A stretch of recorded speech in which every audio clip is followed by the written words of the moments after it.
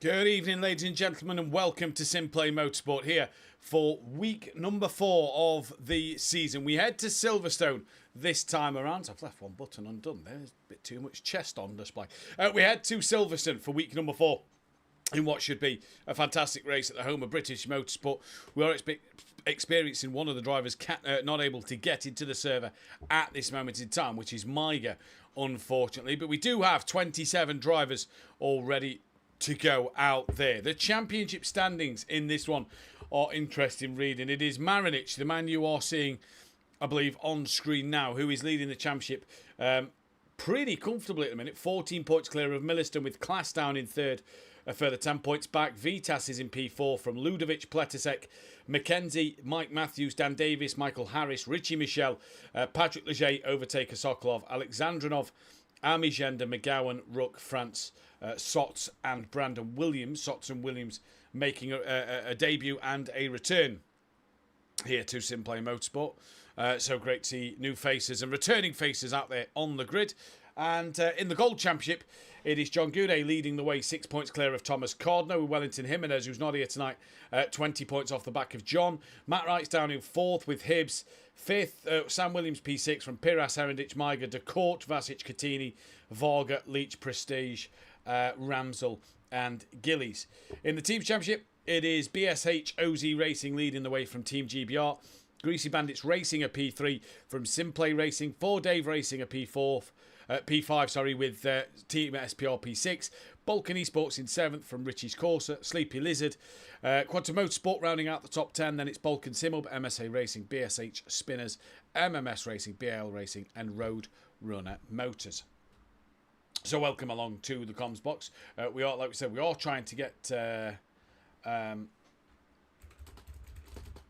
Yes. No, not you, Tanner. Sorry, Maiga, who is having issues. He sent me a picture.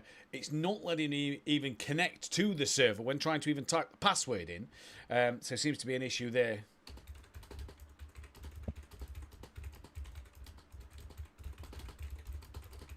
But good evening to Tanner Kneebone, who once again joins me in the commentary box. Tanner, very good evening to yourself, buddy. How are you?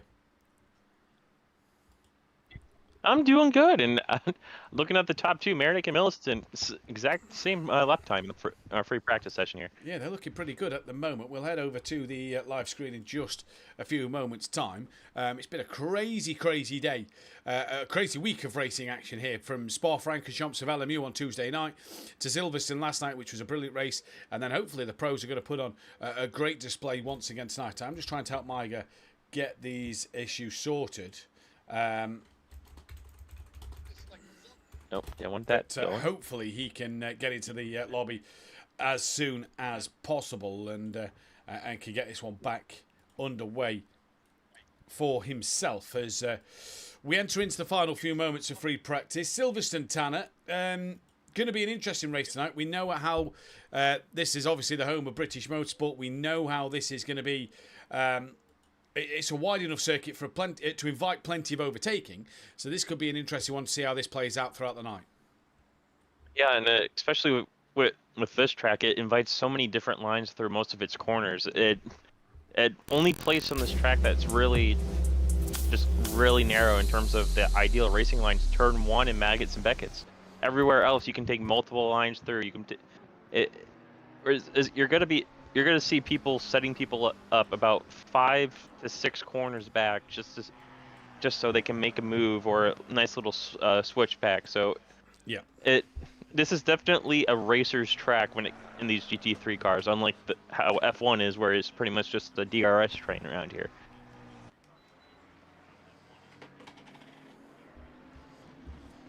Yeah, indeed. So and we look forward to seeing how this one gets underway, as we have got the live cameras for you there. You can see Class currently running in 3rd, Leger running in P5 at the moment, McGowan down in 7th, St. Ludovic is 8th, Vitas 9th, Overtakers currently 10th, Brandon Williams making his return, Pletisek 13th from Dan Davis. I'm trying to press on the ones that's not got the P next name, who's in the pit lane. Piras is off, but he's 18th place. Harris is 19th. Benny Vargas in 20th. Matt Wright 21st. Hibbs 22nd. Richie Michel 23rd. John Goudet down in 24th place. Now he's either not showing his pace at the moment, Tanner, or is struggling out there a little bit.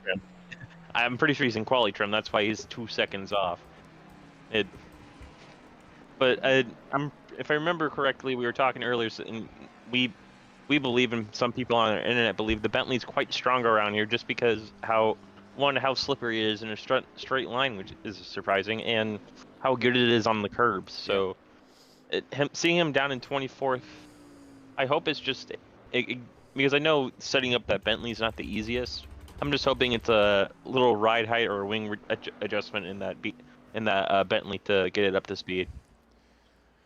Yeah, it'd be nice to see what John Goudet can do in the Bentley tonight. Stapley looked all right last night in it once again, getting himself a bronze podium, and we'll see what Mike will be able to achieve in the Bentley here tonight. Like we say, it's going to be an interesting one. Good evening to Rob Smith and to that of CDK in the chat. Hope you're both doing very, very well, and hope everybody's doing well who is out there watching the stream at the moment. And a big thanks to you all, because we're 4 subscribers away from reaching that 100 subscriber mark in 4 weeks. It's been an absolutely monumental effort from everybody, so please still keep smashing that subscribe button, because we've still got 6 weeks of fantastic racing here to go on ACC, and we've got 3 weeks left of LMU, and there might be a couple of events coming up to end the LMU season just as a little bit of fun.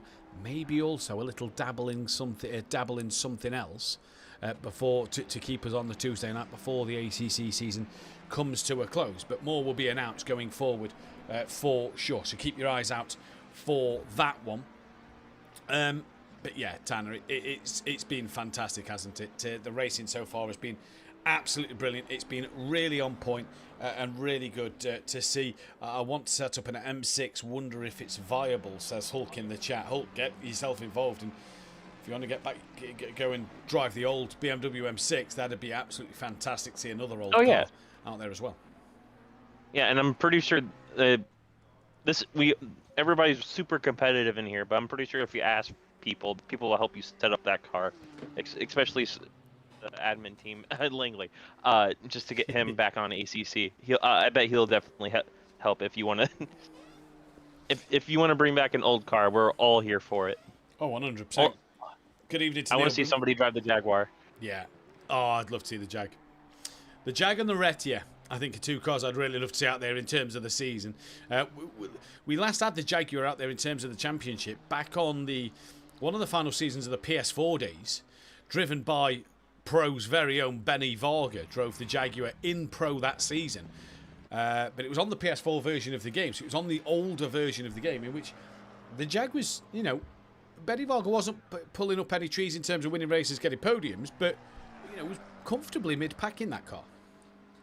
Yeah, the only downside to it is it has no electronics in it whatsoever. So you're no ABS, no traction control. So any type of weird weather or track conditions, and you're about probably a second slower because you can't get on the throttle as early, and you have to be careful braking.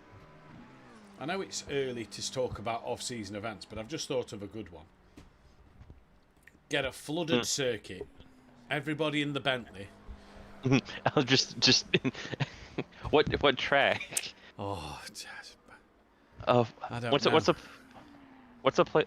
I'm trying to figure out a place that's famous for flooding. Oh no. Valencia's had a few floods in recent years. Oof. Oh. Valencia's had a few floods in recent years. Yes. Good evening to Jose in the chat as well. Hope you're doing well, buddy. Rob Smith there. Jag is on my wheel of cars each season. And Rob Smith actually picks his cars by putting them on a wheel, spinning the wheel of names, and getting whatever car it picks is the car he runs. He's only running the Nissan this year to copy the same as last season, purely because, obviously, he didn't get to race much apart from, I believe, the first race of the season last time out. Cars on track for qualifying. Remember, the Gold drivers are the first ones out for qualifying tonight. And I believe there's a couple of bands to look at. I'm just taking a look now. Only Gillies and Ollie France, so they're not here tonight to serve their bands. But yeah, Hibbs the first man out on track in the beloved Honda NSX. Yeah, no, it looks like Maiga got into the server. I can't click on him, but hopefully it's just a connection issue that will fix itself here soon. So could be all 28 cars on the grid for tonight's race, which would be fantastic to see. And like I say, hopefully Micah will get in. I'm going to leave him for the time being to get into the lobby. But Hibbs, the first man on a lap, had a difficult week, didn't he, last week at Spa-Francorchamps, and needs to sort of come back here at Silverstone this time around. Well, yeah, and luckily with the Honda being a very pointy car in terms of just how it naturally is, around here it should actually be quite at the home, or quite nice. Dear goodness gracious, there. But it's quite nice to drive around here, and yeah. it shouldn't want to put him in a wall as much as Spa, especially because there's no Eau Rouge or Radeon, and as long as he has the car set up comfortably for him and he's able to abuse the TC in the Honda, which is quite nice. He should be definitely a car and a driver to watch for gold pole. Oh my goodness, today's hard. Gold pole here for today. Well, let's see what he can do. So let's just go down to Maiga. Sadly, didn't get in there. He was in for a moment, then he's gone out again. Let's see if he's messaged me one more time. He hasn't at the moment. Yeah, so hopefully Maiga is starting to be able to get in, and then from there we can see who can do what. Let's see what will happen in this race, because I think this is going to be an interesting race to watch when we get round to it. Hibbs then comes through Copse Corner, starts his first flying lap in towards Maggots and Beckett's. Now he goes left, right into the slower part, the middle bit of Beckett's, the left-hander, now into that final right before coming through the little left-hand kink of Chapel onto the hanger straight. Down the hanger straight goes Hibbs now. He's got Thomas Cardno behind him, not quite close enough at the moment to worry about Hibbs in qualifying so far. 10 minutes to just under 2 minutes a lap. If you're in that 57s, I think we saw in practice a high 57. Ooh, that could be Hibbs on an invalidated lap. We'll stick with him as he comes down in towards Vale for the first flying time of asking here. Through the first pot, double right-hander coming up. Going to be interesting to see if he can hold it there for sure. And indeed he does. No real issues through Vale in terms of a bit of a snap or anything. And up towards Abbey he comes, the Formula 1 turn 1 corner. Through Abbey into the farm curve goes that of Damien Hibbs. And now into Village for this first of the flying laps. The two of the slowest corners on this circuit here, Village and what they call the loop, or the link, which links the international to the national circuit here at Silverstone. Now into Aintree, flicking it through and over the curb of Aintree, running that out wide onto the curb down the Wellington Straight. Good evening to Kruppeljan in the chat. Hope you have a good one, buddy. Obviously bronze race winner last night, braking hard now in towards Brooklands. Try and use that inside curb as much as you possibly can. Get it out wide, and then it's a tight entry into Luffield. Kind of drifting out wide a little bit mid-corner, bringing it back in towards the end, using the exit as much as possible again, and then coming as close to Woodcote, almost cutting Woodcote if you can, to try and stay as close to the pit wall. And Hibbs comes across the line there to set the first flying lap time, but was invalidated. So let's see what Tom Cardno does. A 58.2 out the blocks. Pretty impressive for Tom Cardno there. Yeah, and we shouldn't see any type of bias with the for a front engine, mid engine, or the rear engine cars around here. It should be quite even. Front engine cars should be in these fast corners a little bit have a little bit advantage, but through the medium and slow speed, this mid engine cars should be faster. It's a nice track for these GT3 cars, just because there's really no meta car around here, which is always nice to have.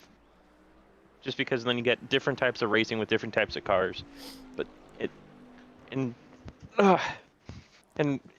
invalidations around here is also surprisingly hard to stay away from as well, especially through the first sector, just because you have to attack every curb. You have to push the track limits to the very end just to extract every little bit of time. And that's one of the other interesting things about it, isn't it? Is this circuit is so well balanced that there's parts of this track that work out quite well for every single car. As we're waiting for Prestige here to come across the line. Cardno 0.8 quicker than Matt Wright at the moment. Goudet only 2.1 off the back of the pole time. So Goudet didn't exactly have the pace at practice at the end, and is struggling a little bit here in qualifying, but it was only his first flying lap. We know that second or third lap are quite important. Here comes Prestige to the line, comes across now, goes up into P3. We go back to Hibbs. who is car number 31. Now, don't forget, the Platinum drivers will come out and qualify in 4 minutes 7 seconds time, and we had a little bit of an incident last week that was reported in terms of blocking on a lap from a Platinum driver to a Gold driver. We believe that there is a chance tonight that it could be done as well due to where the pit lane exit is compared to turn 1. So drivers have been warned that anybody exiting the pits needs to make sure they are aware of Gold drivers coming around to start their final flying lap in this session. Cardno does improve once more. Hibbs moved up into second place. Here comes Piras up into P6. The 199's on an invalid lap, so here comes that then of Sam Williams. Maiger back in, but not yet in properly. Sam Williams coming towards the line now. Good cut at Woodcote there for him. Comes across the line, no improvement. It stays down in P8. John Gooday now. What can John Gooday get out of this? Obviously the Gold Championship leader. Oh, that may have just invalidated the lap there. It was a little wide coming through the exit of Luffield. And John Gooday to the line. Yeah, must have been invalidated. Doesn't improve at all this. We turn our attention back to Hibbs. But Cardno at the moment looking like the man to beat. Yeah, it could just be that the BMW's rapid in the qualifying session here. Is it just looks planted. The rear end's not stepping out, which is a new thing for me with the BMW around here, because that rear end just wants to, it doesn't want to spin. It just wants to step out and just give you that anxiety. As he's catching up to Hibbs, so Cardinal could improve this time here through the Hanger Straight just by getting the slipstream from Hibbs. Yeah, indeed he could. So through Aintree they go onto the Wellington Straight once more. As Mackenzie in the chat, good evening, buddy. Hope you're doing well. He'll be out in qualifying in his Nissan in just a few moments' time. As Hibbs down into Brooklands now.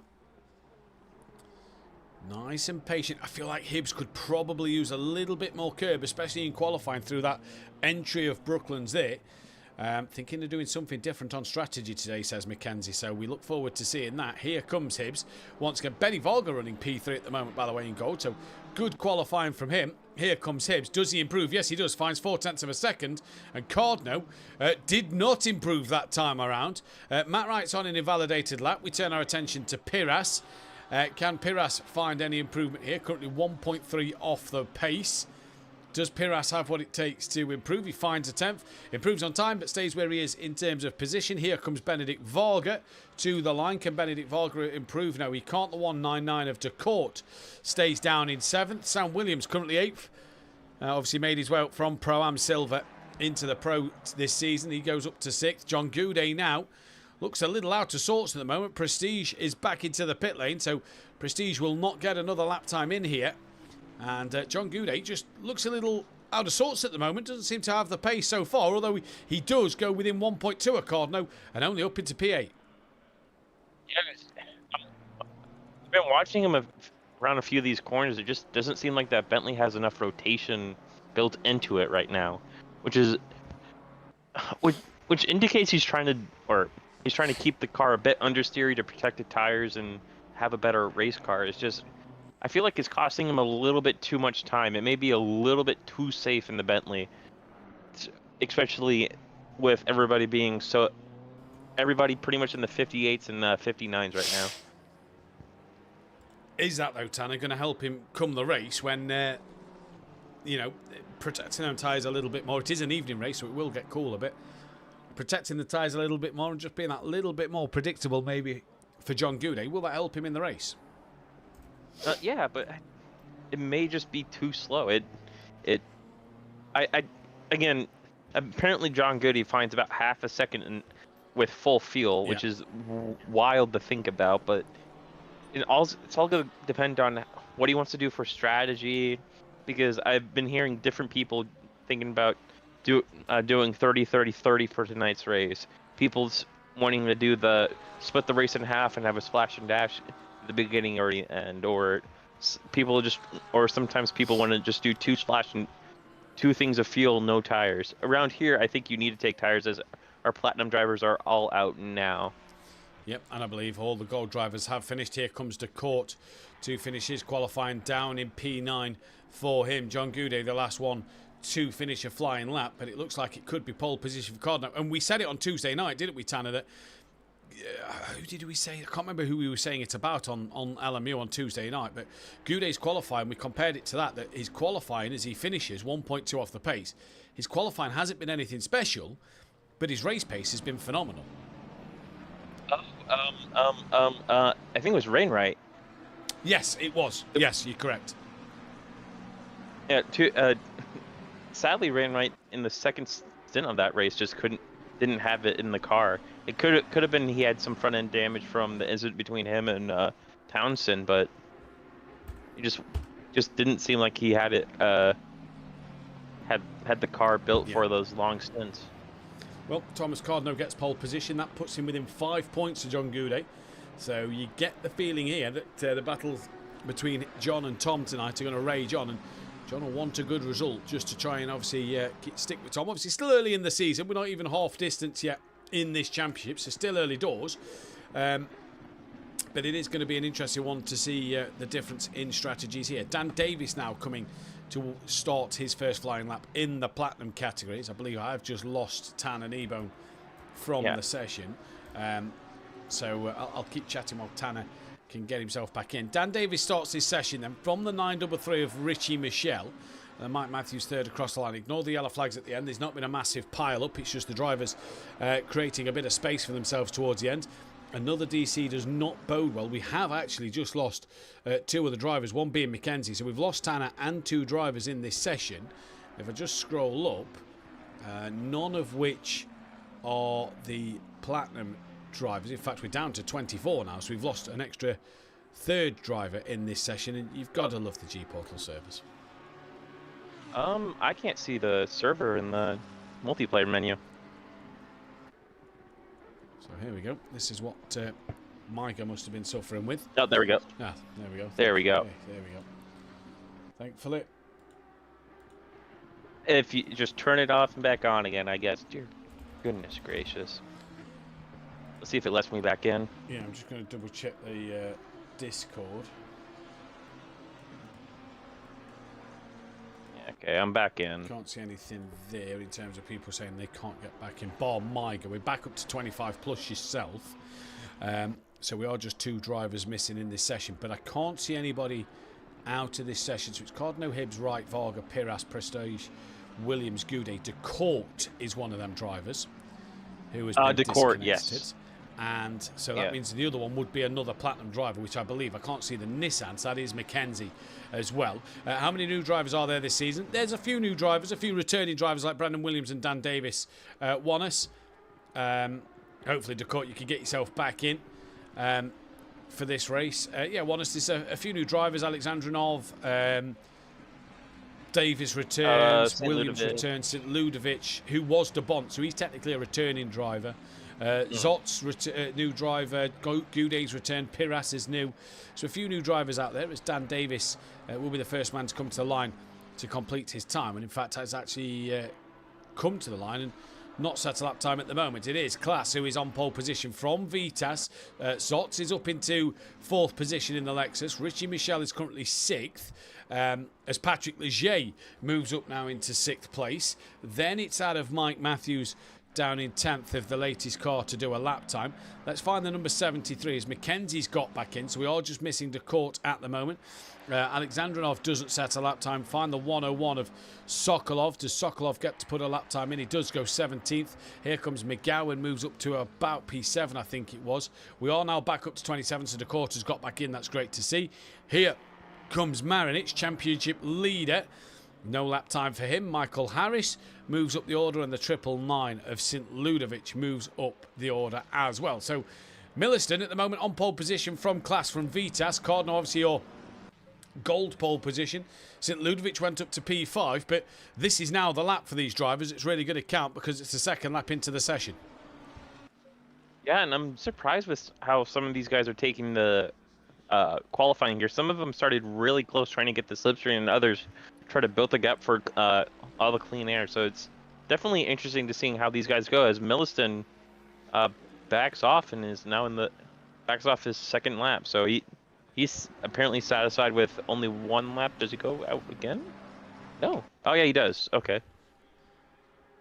Yeah, so there we go. So, that's interesting. Yeah. So hopefully They carry on their way and keep coming out there on the circuit to carry on in this qualifying session. Dan Davies coming round to complete yet another lap in qualifying here as we're going to head up to Richie Michelle. Can Dan get a lap time in? We know how good Dan is on the British circuits. Dan towards the line, goes up to P12. Richie Michelle stays P11. Mike Matthews now moves up into 11th place. The number 6 of Vitas, currently third, stays third. 25 comes across the line of Zotz. He stays in P number 5. Patrick Leger is invalidated, so we turn our attention to the 55 of Brandon Williams now, before we look to the 77 of Overtaker in the Ford Mustang as Williams goes 7th. Can Overtaker, 17th place at the moment, moves up the order? No, stays exactly where he is. The 101 of Sokolov down in 23rd place. Good evening to Paul Williams and to that of Peaceful Stepdad.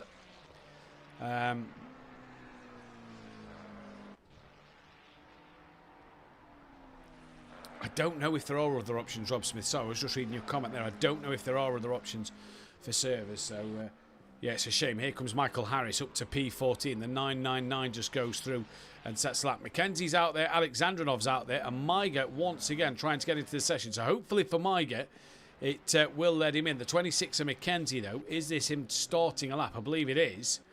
Well, it is indeed. So we'll go on board with Pletisek and see if Pletisek, good evening, Peaceful Stepdad as well, see if Pletisek can set a lap time to move him up from P19 at the moment, Tanner. Yeah, and definitely an interesting server issue. We're able to see him get in. I'm guessing he's able to see the track. It's just we don't see the green bar next to his name that to show the ping, which is a new bug or new issue that we have. Yeah, definitely weird, but nice to see that Mackenzie and Alexandrov were able to get back in. Hopefully they'll set times that they're happy about with only about 4 minutes to go, which is only good for about 2, maybe 3 laps if they get lucky with traffic. Indeed. Dan Davis coming to the line. He's going to get one more in. The 444 of Class could be in a bit of trouble here. Dan moves up to 11th, just purely because Class is stopped out on the circuit at the moment, needs to get back going. He will get one more run in, but doesn't want to be in that dirty air, does he? No, so that's why I was so surprised that some people wanted the slipstream over clean air around here, which is definitely weird. As looks like Leger finally sets a good time and it's up to P4. But now we have a top 4, all different cars in the top 4, and despite the platinum qualifying starting with top 3 of McLarens, as McGowan goes P4 and another McLaren. So McLaren looking like the kind of the car to be in around here, but I don't think it's a car that will determine you winning or losing this race. Yeah, completely agree. I think 90 minutes here is going to be anything. Here comes Mackenzie in the Nissan.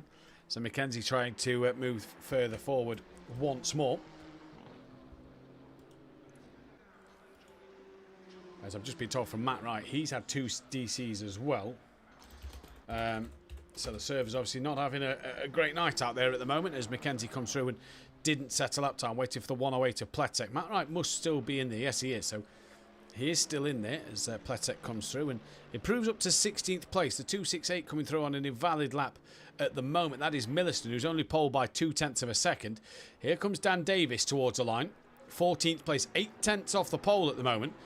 But a good chunk of time here for Dan. It could put him right up into that top 10.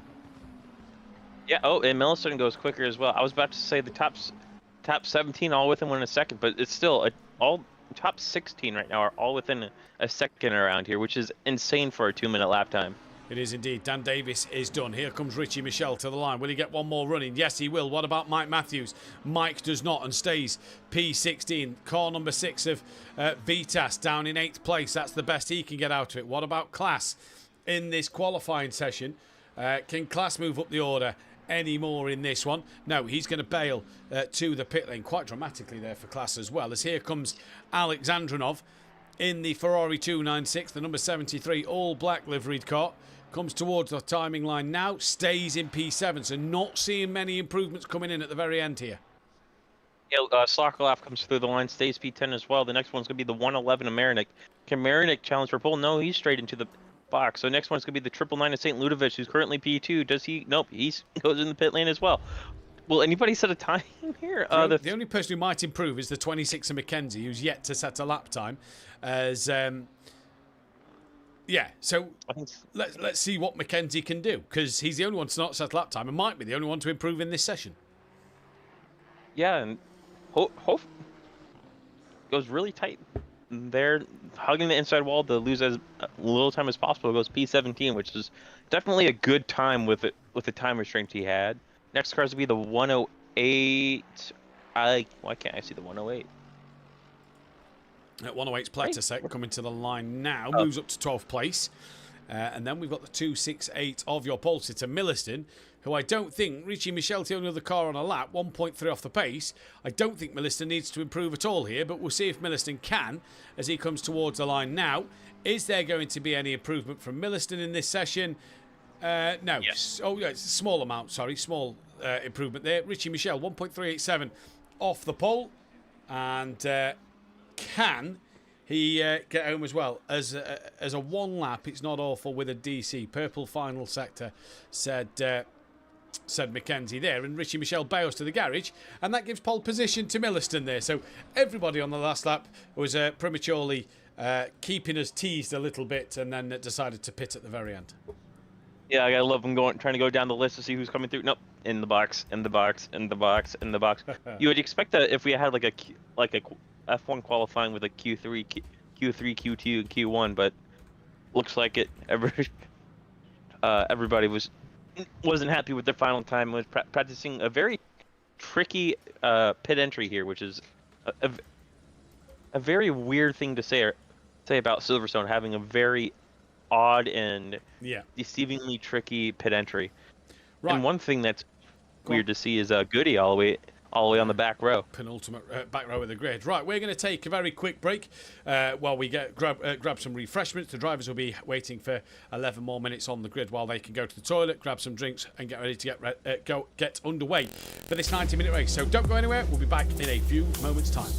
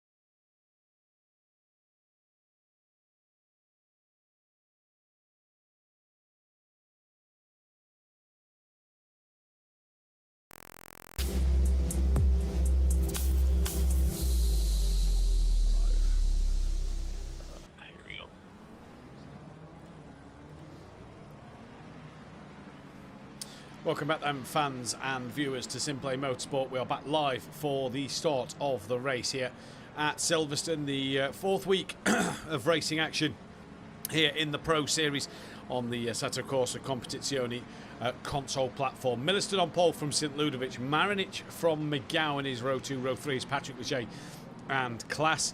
Alexandrinov starts from the pits, then it will be Vitas from Cardno with Sokolov from Zotz. Pletisek from Overtaker, who is actually stationary on the circuit, gets going now. Williams from Davis, Hibbs from Mackenzie, Matthews from Harris, Richie Michel from Matt Wright, Benny Varga from Prestige, Williams from John Goudet, De Court from Piras at the back of the field. So I'm wondering if Piras had a bit of a disconnection and got in, because it was De Court and John on the back row. It's now De Court and Piras on the back row. So this will be an interesting one to see what happens. Tanner, if you had to pick a winner in Platinum and in Gold tonight, who would you go for? Gold, I had to go with Top Carno, just because he's loving life right now after qualifying. Qualifying P9, already in the top 10. Closest person in the same class as him is all the way down in P16 in Hibbs. And John Goody, the championship favorite, I think, if we had betting odds, is all the way down the last row of the grid. So if he has a clean race, which he's known to do, and he just has to make sure the BMW tire wear doesn't get to him, I think gold-wise he's good. And then I don't know why. It may just because I'm feeling sorry for what we were doing to him in the SimPlay chat, but Patrick Leger, he might have enough motivation tonight, and if he's lucky and doesn't crash out again, I feel like he's in for, I don't want to say a win, but a podium is not out of the cards for him. Well, you've been doing commentary enough now to say that you are capable of giving the commentator's curse, so let's see what happens. Yeah, I think Tom Cardno looks in a solid position. I think Tom could be one to keep her eye on. Like you say, a lot of cars between himself and Hibbs, and then Hibbs has still got a good chunk of Platinum drivers between himself and what is third place, Matt Wright. And without Wellington Jimenez being here tonight, them three drivers are all trying to gain on John. They're not a million miles off the back of him. Hibbs is probably the furthest one back in 5th place in the championship, so interesting to see. I don't think you can look past Milliston, but I'm going to go for St. Ludovic. I feel like he's due a race win here, and I feel like St. Ludovic could be the man to do it. Either way, we're getting on to the Wellington straight to end the formation lap. Pretty long formation lap, not quite as long as Spa at Francorchamps, but next week we head for our very first ever outing at Sebring on LMU for the LMP2 European Le Mans specification car, and the LMGT3 class will take to Sebring for our early morning race. And then next week in the Assetto Corsa Competizione console platform, we head to Monza for our old school reverse grid 15-minute sprint, and then the 60-minute feature race. So back to almost normality, I suppose, of recent seasons here at SimPlay Motorsport. The morning race on ACC console has actually happened. That was Valencia. The next race to happen for ACC will be the night race at Suzuka on week number 8. But as for that, we'll come to it when we get to it. The drivers coming down towards turn number 1 for the towards the start line for the final time of this formation lap, and we'll be looking to get ready and set to take the green lights here as we wait for the lights to go green on the gantry. They roll down. It's a long hold here, but it is green and go here at Silverstone. It's a great start from Milliston, who immediately comes across to cover off the racing line from St. Ludovic. Marinic stays up the inside of Ian McGowan, gets a poor run though through that a Copse corner, loses out. Vitas has gone 3 wide with Patrick Leger and Class. Them two make a little bit of contact, but through goes Vitas, gains 2 places. McGowan got the job done on Marinic. Marinic coming back at him though in towards the Beckett section of the circuit. Vitas now there as well, looking to try and pounce on the back of the BMW as he gets the run through Chapel. Matt Wright and Prestige here have made contact in the background. That's dropped Matt Wright down to the back of the pack in terms of the running order at the moment. And Ian McGowan so far fending off that of the BMW of Marinic, who's looking to the outside line now through Stowe Corner as they drop down towards Vale. for the first time. St. Ludovic all over the back of Milliston, but what a scrap this is. Marinic now to the outside into Club. He'll have the inside line for the second part, but McGowan gets a good run. Vitas through. Leger gets a little wiggle. That's going to allow Class up the inside of Patrick Leger. Leger still on the outside line, as is Sokolov on that of Sots. Further behind as well, there's Tom Cardno fending off the Mercedes-Benz of Pletisek. And Sots here on his debut looking to move up the inside line. Does so on Sokolov. And a good move there as everybody's back underway. Alexandrinov trying to get out to the back of the rear of the pack. And I believe Sokolov was going back for a move on Sots there at Village. Did so on the outside line of Sots now for that of the link as they come towards Aintree. Sots back in front. Tom Cardno's managed to stay out of trouble and crucially has stayed well clear of the rest of the pack. Yeah, and the closest person to him lost a spot too, so he might have lost a spot on the start, but he hasn't lost any advantage he started with. Here, as it looks like McKenzie was looking on the move on Dan Davis, he does get it done, and now he's behind that of Williams in the Ford Mustang. Indeed he is. So McKenzie moves up to 15th place. Richie Michelle down in 16th. Dan Davis further down the pack. He's behind that of Hibbs, who's going wheel to wheel with Mike Matthews here. Hibbs and Mike Matthews, gold versus platinum. Dan Davis going side by side with Michael Harris. Hibbs on the outside line as they approach Copse Corner. Bit of contact there from Hibbs and Matthews. Matthews on that inside line looking to try and take the lead at Copse. And who says you can't go side by side at Copse, Christian Horner? Because Hibbs has just gone right around the outside of Mike Matthews. Dan and Harris together. Harris almost is defending now from John Gooday, who's had a good start from the back of the pack. He's up to 19th place. Class, Sokolov, Matt Wright all into the pits early for their first stops of the day. And John Gooday coming under pressure from that behind of Piras as he's also looking to put Michael Harris under a bit of pressure. That was Dan just dipping a wheel onto the grass further behind. But John Gooday, great start from the back of the pack. Yeah, St. Ludovic and Milliston almost pretty much 3 seconds ahead of the next car of McGowan and Marinic.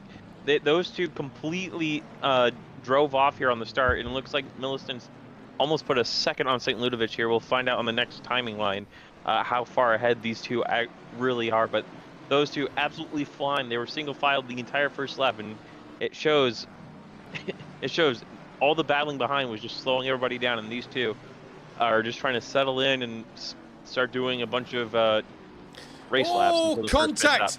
Benny Varga into Piras, and De Court has been caught up in that, but Piras right around Benny Varga, right around De Court, rejoining the track as I'm not quite sure if Benny Varga was just a little too late in Trabi or if Piras squeezed the door shut. Prestige on the back of Sam Williams now down the order.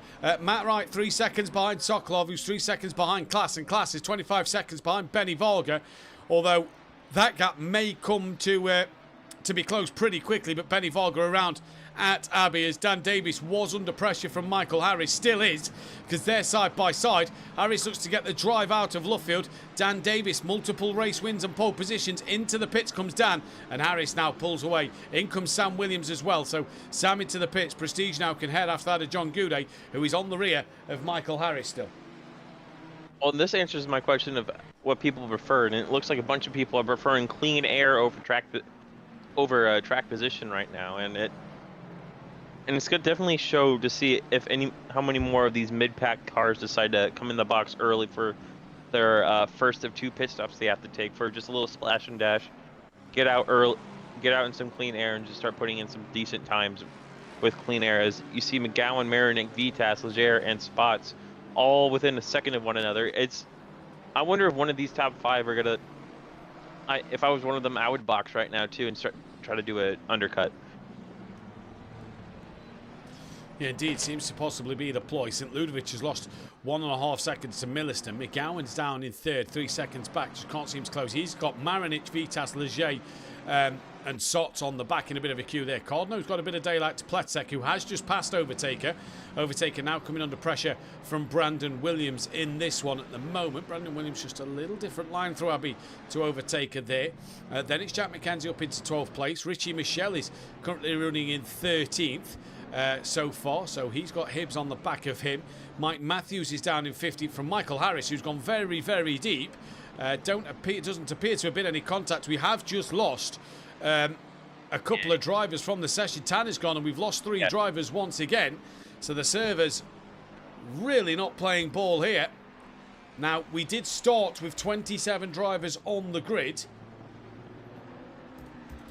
It's a third or a quarter of the drivers? It's 25% of the drivers, so it means we have to lose 6 drivers. So it means we have to drop down to 21 cars on the grid. We're now down to 23, so a lot of drivers getting kicked out here. But Milliston's still there, so St. Ludovic, shows McGowan, Vitas, Leger, Sots, Cardno, Overtaker, Williams, Richie, Michelle, Hibbs, Mike, Harris, Goudet. In fact, Goudet, I think, is just... No, he's dropped down the order. In fact, Goudet's just appeared in the pit lane, so not quite sure what's happening here. But yeah, drivers being booted all over the place. What a shame.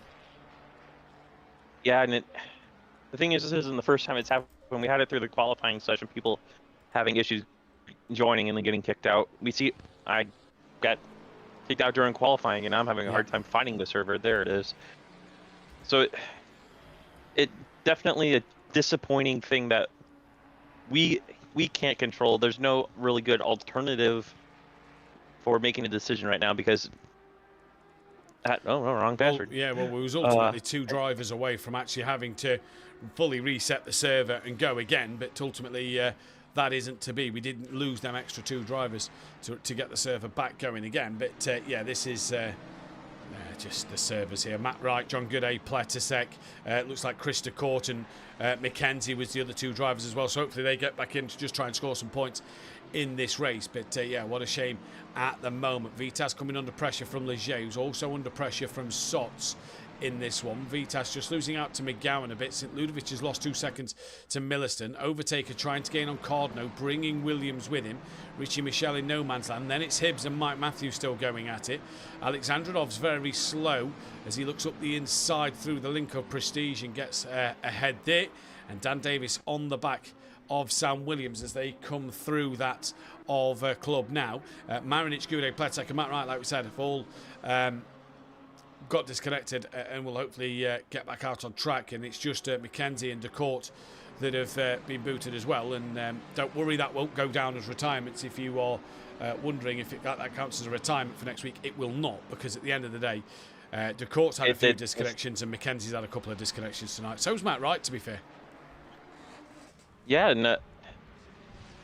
and it's surprising. I'm pretty sure if we were within the time frame for mass disconnect, just because it'd be Marinic, Goody may have had a connection issue that booted him back to the pit stop. Pletasek and Matt Wright, we might have been within the time frame just for, not for long, probably for just a half a minute or so of a mass disconnect. I might need to check back on the stream just to see if that is. No, I don't think we went down to 21. I think we just dropped. I think it would needed one more driver to have been booted to get that one done, because Sam's still in there in 21st. It would have took Sam to be that driver. In fact, 1, 2, 3, 4, 5, 6.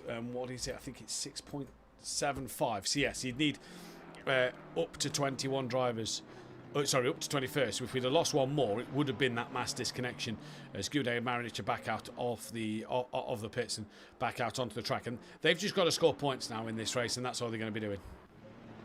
Yeah, and this is just this will most likely be their draft score. It's just, you want to make sure you finish as high as possible, just so if you have another disconnect later in a race. Luckily, it happened in the first 10 minutes, so they can possibly... They won't gain as much points as they would if they just finished normally, but they're definitely within the time. And it's track time for them as well, Tanner, isn't it? And if they do score points that maybe isn't their drop score, then they could hopefully try and not make it be their drop score by having a better finish if people do retire and bits. As DeCourt has once again been booted, Mackenzie's back in. DeCourt, I just saw it come back in and got disconnected again. So DeCourt been disconnected once more. So yeah, I think no worries, Chris. I've seen in the chat, don't worry, buddy, that won't be raised on you there, fella. No problem on that one. That's out of your control. The servers are just having a nightmare. Michael Harris now putting pressure on Mike Matthews, as Mike and Michael Harris of the two Mikes have got past out of Damien Hibbs, moving to 11th and 12th, and they'll be looking to make up a little bit more ground now on Richie Michelle, as Mike having a decent start to his season, better than he did last season out in the BMW, looking to try and regain his feet and find his feet again. Yeah, and as looks like Michael Harris is looking on the outside of Matthews. I don't think the Lexus has enough grip on in that car's chassis to make that move happen. But if he did, I would be thoroughly surprised. But yeah, I'm expecting the Lexus and the Bentley, just because of the straight line speed it gives, to be very racy around here. It should be easy to overtake, easy to overtake with, and hard to be overtaken. And it's just because of the engine and how the car is built for straight line speed. So definitely watch out for Michael Harris. And sadly, John Goody's a lap down, but watch him to definitely lap faster than some of the bottom half of our pack here. Yeah. In the Bentley. Yeah, and they're only 2 laps down, so all it takes is a bad incident for a driver where he's in the pits for quite a while to regain all that time. There's Matt Wright. The next car he's racing is Marinich, and Matt Wright quite the way behind that on Marinich. Is Mike Matthews still fending off Michael Harris at the moment. Overtakers on the rear of Cardno. And with John Goudet having that disconnection, this is even more of a bonus for Thomas Cardno here, because it means that John's a couple of laps down on him and has got even more cars behind him. So yeah, Tom will be even more thrilled with that. He won't be thrilled in the sense of joyous, because obviously he'll want to fight John Goudet very, very hard, and he'll want to race for the championship on the circuit and not to have disconnections between himself or John. But he'll be thrilled at the fact that this does allow him to gain points in the championship. Yeah, and it's also a benefit to him as well if he doesn't, knock on wood, doesn't disconnect, or anybody else does. It puts a very good precedent on you want to have your have the best type of drop score, as looks like Benny Vargas into the pits for his first pit stop. But you want to have as good of a race. Matt Wright and Mackenzie once again. I'm seeing the server statistics, and every now and again it just blips. Out there I go again. And then kicks a couple of drivers. I believe Tanner's just gone as well. He's still showing on our leaderboard, but yeah, there we go. Tanner's just gone as well. It's the server's having an absolute nightmare here tonight. Yeah. How bad is it that one of the spectators gets kicked out of it? That is crazy.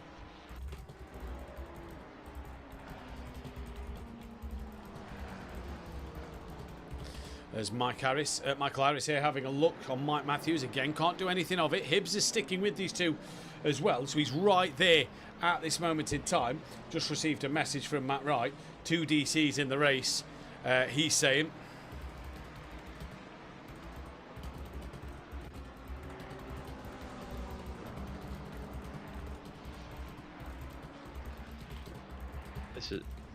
It doesn't seem like it's just an R server issue. Contact! It looks like it's Mike Matthews into the wall hard. Him and Michael Harris made a little bit of contact there, and into the wall goes Mike Matthews. Harris was alongside, and I tell you what, it wasn't a lot of contact, and this could all be these little server glitches that has sort of netcode bounced Mike into the wall there. Yeah, and I was looking around just to see if I can join an online server, but it's not a R server issue. Yeah, no, Micah was saying in a message to me that it's the entirety of ACC. He can't even join a public server, so it's the whole ACC that's having the problem. Mackenzie, if you don't come back for the rest of the night, don't worry. I'm not raising a ticket on the people that are constantly getting. So for likes of you, DeCourt and Matt Wright, I'm not going to raise a retirement ticket on, because at the end of the day, you've had multiple disconnections, and it wouldn't be fair to say, right, you're going to serve a qualifying ban next week because you didn't come back in. You've had 2 disconnections in the race, so has DeCourt, so has Matt Wright. So if you want to come back in and get some racing time under your belt, do so, but if not, that's completely your choice. Back to the action though. Sots has got past Patrick Leger. Leger still on the back of Sots. Sots as well with that of Vitas. Ian McGowan's got 3 seconds over them, and St. Ludovic just can't stick with the leader here. 3.1 seconds Milliston's got in the lead of this race. Brandon Williams trying to stick with Overtaker, who's just dropped off the back of Thomas Cardno a little bit. So what a shame these disconnections have left a little bit of a sour note on this race. Yeah, and we started off so well. Everybody was... We didn't have any issues lap 1, turn 1. Everybody was pretty clean. We had some people off track, but everybody was keeping a nice tidy line. No one was getting sent into the shadow realm, and it was really nice, clean first few laps before server issues started to put a sour note on this race. So then, Sots on his debut, looking to try and get past that of Vitas at the moment. Another Lexus on the grid, and here comes Sots looking to the inside line, down in towards Copse Corner, breaks a little later than Vitas. Vitas leaves him the room, gets the better exit, just maybe runs over the curb a little bit too much. This is looking back from Patrick Leger's view on board the Ford Mustang of Sots. On board the Ford Mustang of Leger, looking at the front of Sots, all over the back of Vitas, through Maggots and into Beckett. And Leger just catches mid-chicane there, but can't do anything about it. But Sots at the moment here looking really racy on the back of Vitas. Yeah, man. And this is just backing up my what I said about the Lexus being a really good race car, just because it's how fast it is in a straight line. As long as you're close enough to somebody, you can do what Sots did right there to Vitas and just get up the inside, make a nice move. You don't have to go side by side through there, and just he's in a car that is not, I wouldn't say impossible, but annoying to get by, just because of how strong it is in a straight line. Well, Sots has got the move done on Vitas, and now Patrick Leger's lurking on the back of the McLaren. Yeah, it could be that Vitas may have the car a bit too aggressive to get the car to turn in, and just wearing those rear tires a bit too much. 18 minutes in, I don't think tire wear is the issue. It could just be a little bit of a lack of race pace in the car itself right now, which it's weird to say when Millicent is pulling away from everybody right now. But it could just be the setup he had really good qualifying pace, but here in the race it looks like he's struggling, as Patrick Leger is looking to get back into the top 5 here. Yeah, he is indeed. So let's see what Patrick Leger can do in terms of getting back into that top 5. But yeah, what a shame, what a sour note this has put on tonight's race, because it looked like it was going to be a really entertaining one, as Williams still on the back of overtaker, the two Ford Mustang drivers here, right on the rear of the of each other. They're just allowing Cardno to stretch his legs a little bit.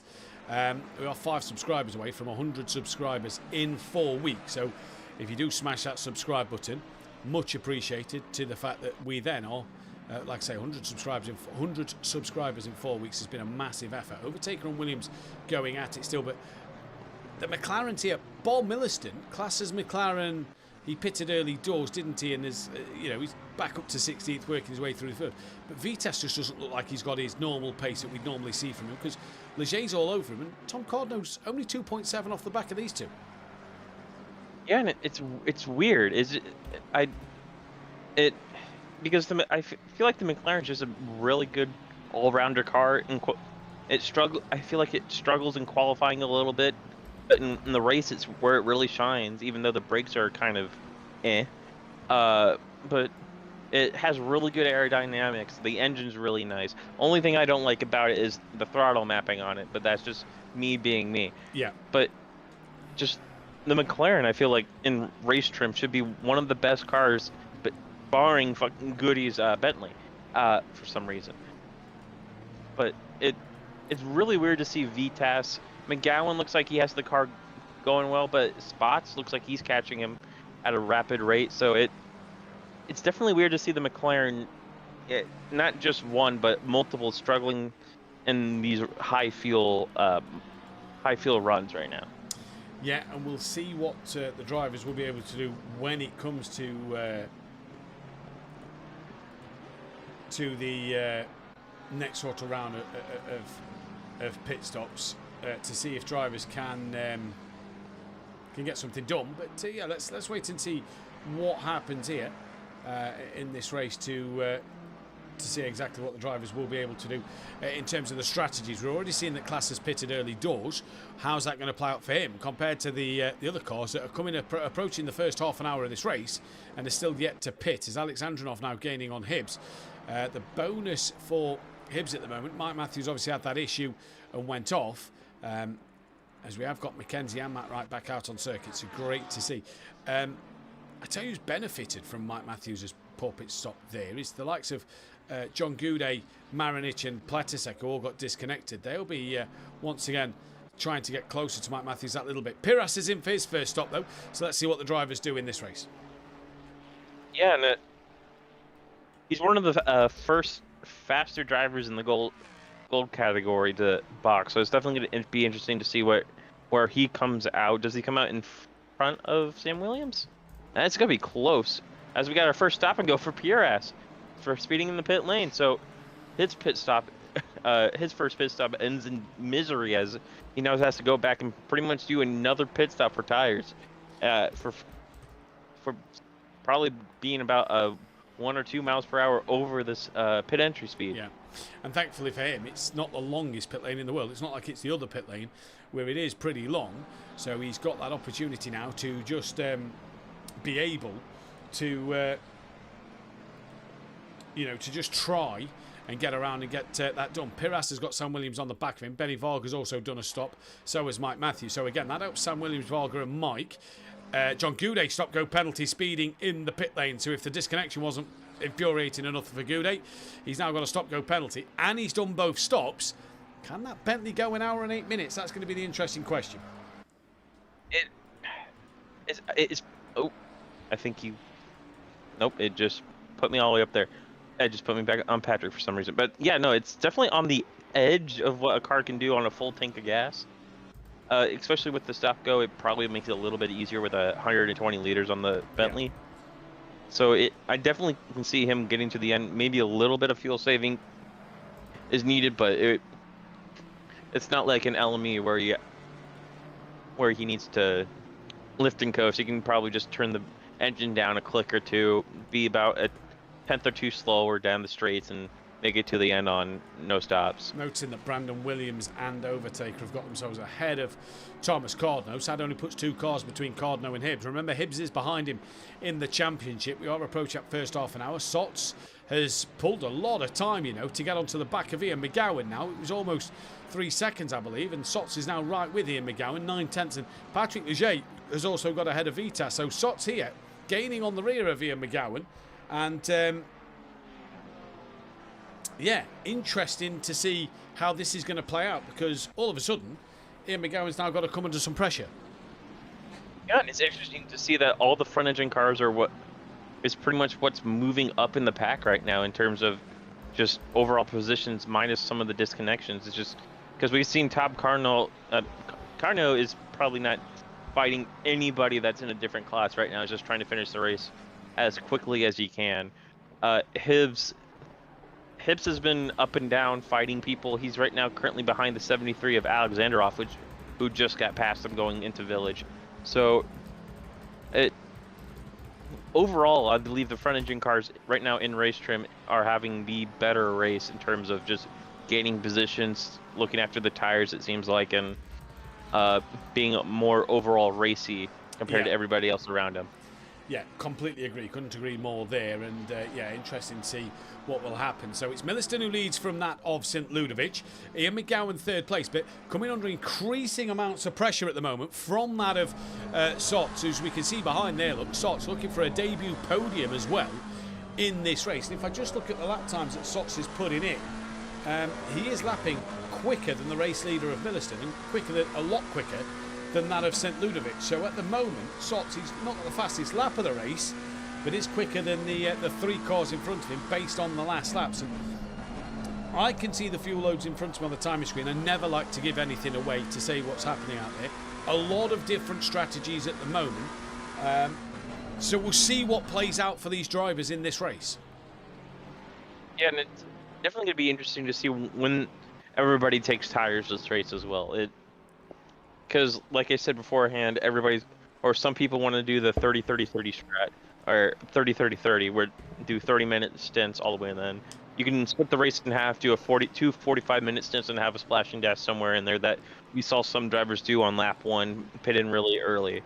On lap 1 or 2, do a splashing dash, and probably do a pit stop about mid-race. And then you can do what John Goody did after disconnect, do 2 pit stops real quick, do a stop and go for 30 as a little cherry on top. Do both his pit stops early and just try to do one long stint to the end here. No, go Oh no, I had nothing else to say. I just said so for some reason. Danny Freeman in the chat saying Sots is a very quick driver. Just had a bad qualifying. Well, yeah, he's absolutely flying out there. And I tell you what, for Sots, he'll be really beneficial of the fact that it wasn't a reverse grid race this week, because he would have put him at the back of the platinum category, so it would have put him right in the mid pack for Sots. With the fact that it is the 90-minute race and it is the qualifying, he's been able to, you know, all right, yes, he struggled in qualifying, but has been able to now just put together this brilliant racecraft, and he's trying now to get onto the back of the podium. Great to see McGowan out there. Always enjoy seeing McGowan out on circuit. Williams and Overtaker have pulled away from Cardno. Cardno coming under a little bit of pressure from Richie Michelle. Yellow flag, the 94. Who is the 94? That's Sam Williams, who's... that looks like a wheel issue to me. He's off the circuit. That looks like a wheel issue. He wasn't leading this time, though. No. I don't know why his issue... He wasn't leading this time. I don't know why the wheel decided to quit on him. Cherry Moore in the chat saying, I think we learned last night, giving yourself a clear track here is super powerful. Timing that is another matter. And he's right, because we saw with Mirko Ricci last night, wasn't in the clearest of circuits, and he got held quite a bit, whereas the likes of Sam Greaves, who every time he pitted seemed to come out with a good track in front of him, and then cars around ahead as he started to catch them pitted themselves.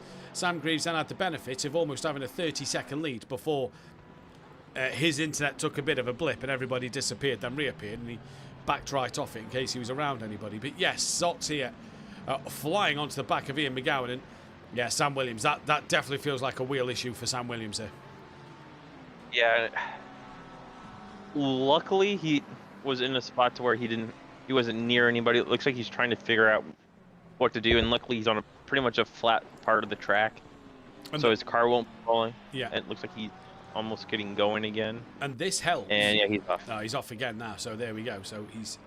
Or is he? No, he's stopped again. He's returned to the pit lane. Yeah.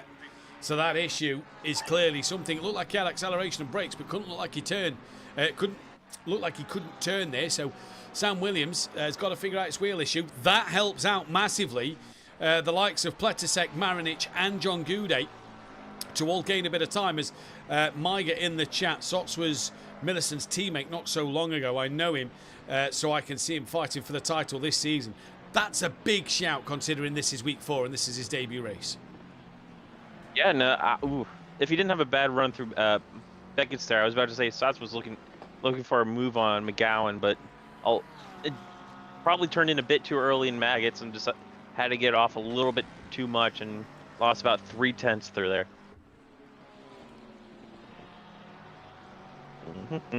Sorry, I'm just reading a message from Rob Smith, who's told us that 2 other websites do ACC servers. So I don't think it's ACC servers, though, because if people aren't even able to join just a public lobby, that could be any of the servers, so it'll be too hard to tell. Well, ACC did add liveries not too long ago, as we all know. When ACC adds liveries, they always add like 15 bugs. So as I got disconnected again... Yeah, and we have lost Mackenzie again. I think Mackenzie's done for the day, so I can't blame him in this one. He's my teammate for Too Slow Racing now, says Danny Freeman. So there we go. Danny in the chat cheering on his teammate.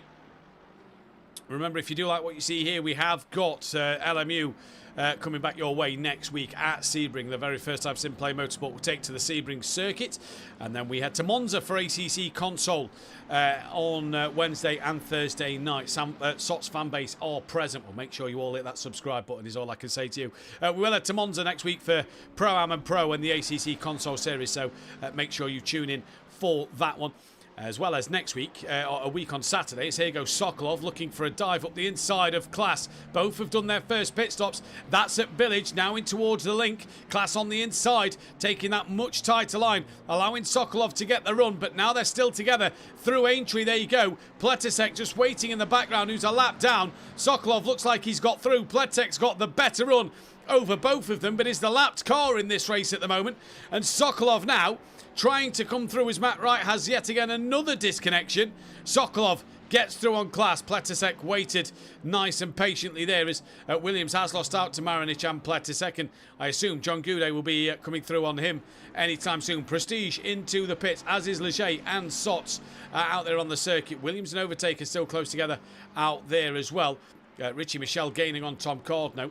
I have parked it for the night. Yes, just going to lurk and watch how my rivals do. Yeah, Shane McKenzie, because obviously you're always looking good out there to see. But the finale next Saturday, I was about to say, of the 6 hours of our Endurance Championship at Donington Park, 6 hours of our home circuit, Donington Park, next a week on Saturday. So don't miss out. And I believe Alexa Marshall will be bringing you the action of the final race of the season in that one.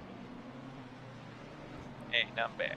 And Tanner's back once again. Class still sticking to the rear of Sokolov at the moment. They've all passed Prestige and Patrick Leger in the pits. So Leger has dropped down a long way here behind Class and Sokolov in this race at the moment. And Goudet's now on the same lap as Sam Williams.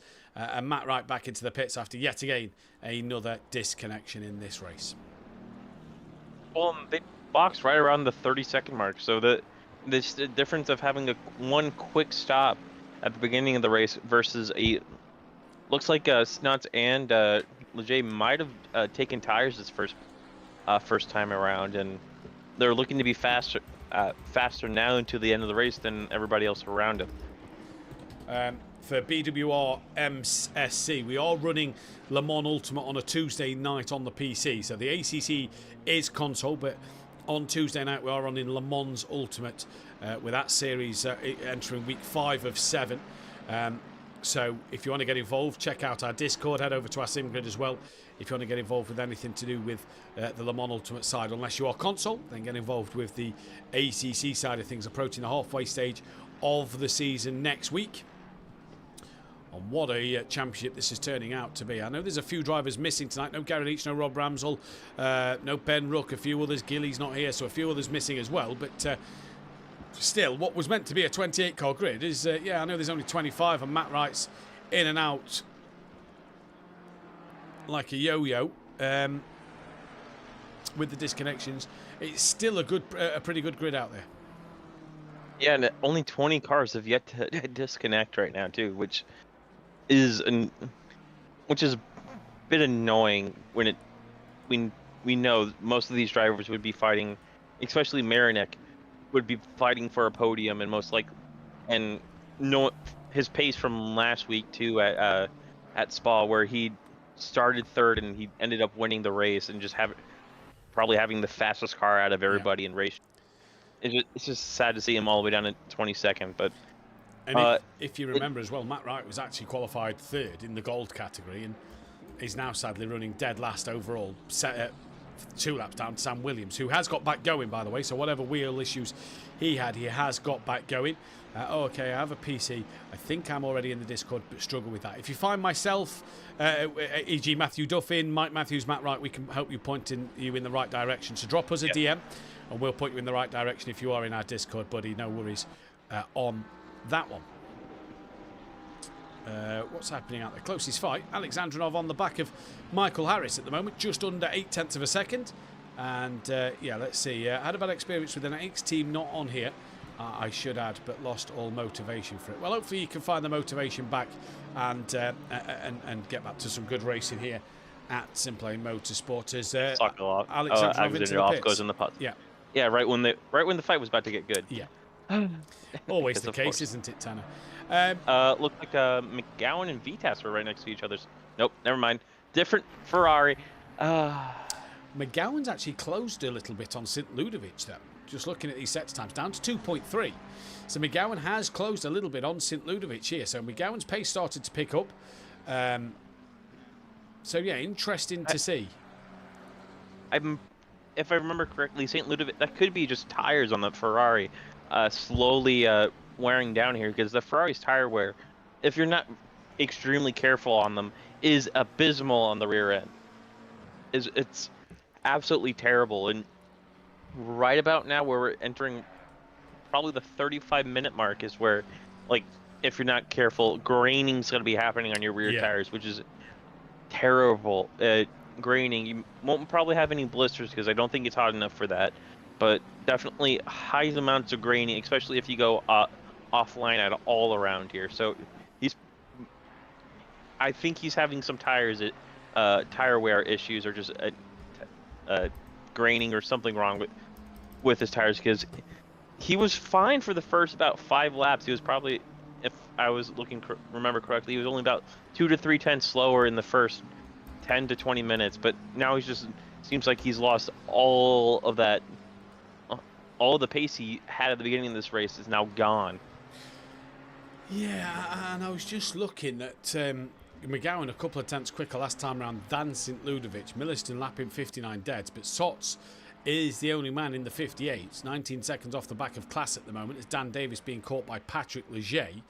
So we'll keep our eyes on that developing. Marinich is on the Wellington straight. Goudet is just about to come through the sector to gain on Marinich. So we'll see where John Goudet is in relation to the number 111 BMW. It says he's now all of a sudden a lap down on him. So yeah, not sure what's happened there, but John obviously a lap down on that. Oh, John had the stop go, didn't he? So that's probably what's put him a lap down in this one. Patrick Leger, though, gaining on Dan Davis for that 14th place. Both have made their first stops in this race, so it's going to be an interesting one to see what plays out between these two, because both on the same strategy now, both got one more stop to make, so we'll see what plays out for them. I think the only difference between these two is Patrick Leger is going to be on newer tires. I'm in the tinfoil hat club of thinking Sots and Leger took tires on their first pit stop, which isn't a strange thing to do, but it's definitely a gamble, especially around a track where he filled. Yeah. Yeah. Well, he's got the run on Dan Davis out to Copse Corner. Patrick Leger side by side with Dan, almost door to door between the two of them. They come into Maggots and Beckett still side by side. Dan tries to fight this one, has a little wiggle mid Beckett's there, and Dan goes off the circuit, rejoins now, but Patrick Leger, good move, gets up another position. He now runs a little deep through Chapel. That could give Dan an almighty run down the hanger straight. There you go. And Dan Davis right in the slipstream of the Ford Mustang. Leger's going to make him go the long way around Stowe Corner here. And can Dan look for the up and under? Tries to break that a little bit earlier to get the momentum through. The problem is he has a wiggle mid-corner there. He tried to look underneath Patrick Leger. He's back to the outside line. You can hold it round the first outside line of club, because it will give you the inside for the next two pots. Dan again looking for that momentum back underneath Patrick Leger. Here comes Dan Davis on the inside line. Through goes Dan Davis now, the 10-time champion at SimPlay Motorsport, back ahead of the big beefy Ford Mustang. Yeah, and Patrick Leger was holding his breath there when Dan Davis, the Lamborghini, went off track there. It just seems like he's been having issues, or Leger's been having issues with Lamborghinis running into his car while going off track here. As he goes for a dive bomb through the link, Davis trying to do the switchback, runs into the back of them, but it looks like Patrick might be able to keep this position if he positions his car correctly here down the straight. Yeah, positions his car correctly, comes back across a little bit, got to be careful not to make too many moves, and Patrick Leger stays now ahead of Dan Davis. Dan, though, look at the mid-corner speed Dan Davis can carry over that of Patrick Leger, who's on and off his brakes a little bit through Luffield there. And Dan just carries so much more momentum through the corner that is allowing him to stick to the back of this Ford Mustang at the moment. But he can't do anything in a straight line, it seems, for Dan Davis. Yeah, and that's, as a reminder, the Ford Mustang does have a 19% restrictor plate on it, so it's not on its full strength, but it does have some weight reduction. If I as it looks like Millicent and Schnotts are sharing the fastest lap right now. Yep. But if I look at it, the Ford Mustang has a minus 15 kilogram ballast into it, and the Lamborghini has a 15. So it's a 30 kilogram ballast difference between the Ford Mustang and the Lamborghini around here. But like you said, that Lamborghini just down on its power due to its top speed. It is down 19%, and that is due to the latest LFM BOP files. So that's not something that we have implemented as a league. That is down to the LFM BOP folders here. So Patrick Leger is ahead of Dan Davis and doing a good job so far. Richie Michel gaining on the back of Cardno, which is only one car between Cardno and Hibbs now. So Cardno has had Hibbs just closing in on him a little bit, but he won't mind the fact that it is Hibbs, because Matt Wright's had a nightmare with disconnections. John's had a disconnection and a stop-go. So in terms of his closest championship rivals, he's ahead of them by a mile. Yeah, and he's going in for his first pit stop as well. So he's splitting this race in half. He's probably going to put about 52 minutes of fuel into his car, and he's going to be looking to take his the race as well. And it looks like Overtaker's in the pits as well for his first pit stop as well. So Overtaker in, Tom Cardno in, Richie Michelle will move up yet another position. In fact, Tom Cardno's just been released as Richie Michelle. Sokolov is in for a second pit stop. Yeah, so Sokolov trying to get his done now as well. Was leading in the battle of the pit runners. Although where is Cardno in relation to Class? Class has gone through. Sots hasn't gone through. Sots fastest lap. Yeah, he's sharing the fastest lap with Milliston at the moment. Cardno comes out ahead of Sots then. So Cardno's actually jumped Sots in the pit lane. Yeah, and here comes Overtaker. Overtaker looks like he will get passed by Leger here. So, Alexandrov now has the fastest lap of the race. Sorry, Tanner.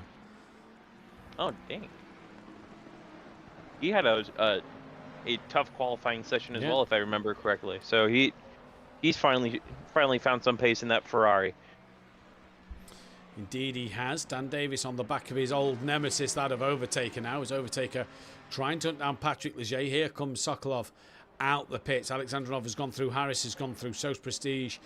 Mike Matthews hasn't. So Sokolov, who's done his second stop, will be ahead of Mike Matthews. Mike's cleared Benny Varga and Piras. Piras 5.8 off the back of Benny Varga. Platsek still with 2 stops to go. So is Marinich. Williams and Wright with 1 stop each left to go. And still the top 7 yet to come into the pit lane at all at the moment. So the top 7 is still to pit as Brandon Williams now comes in. Yeah, I was about to say, I was looking through. Brendan Williams was immediately into the pit lane as soon as you said that. So it definitely about now is the time for the people who have yet to pit to refuel, put new tires on, and go the rest of the race trying to figure out where else they want to put, as Hibbs is also in as well. I'm surprised Hibbs is splitting the race in half as well with the... question I have for you, Tanner, is... Yes. It only was 21 degrees track temp at the start of this race. It's dropped 1 degree. Obviously, it's getting later into the night. Is there a need for tyres where you could gain so much time by just doing 2 splashes and dashes, make sure, or 2 shorter pit stops, make sure you got enough fuel in the car to get to the end? If we were doing an hour race, I would definitely think of it, but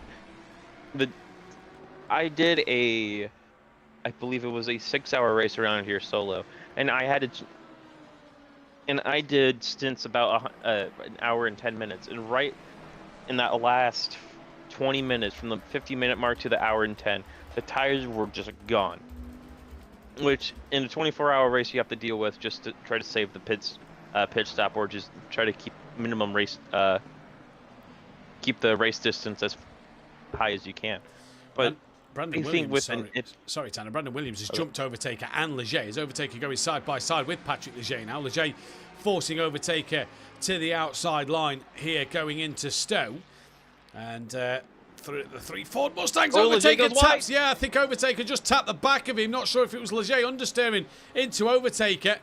But Dan Davis will now potentially come through on Patrick Leger, side by side, in towards Club they go. And Leger somehow manages to hold on to that over Dan Davis. But yeah, bit of contact between Overtaker and Leger.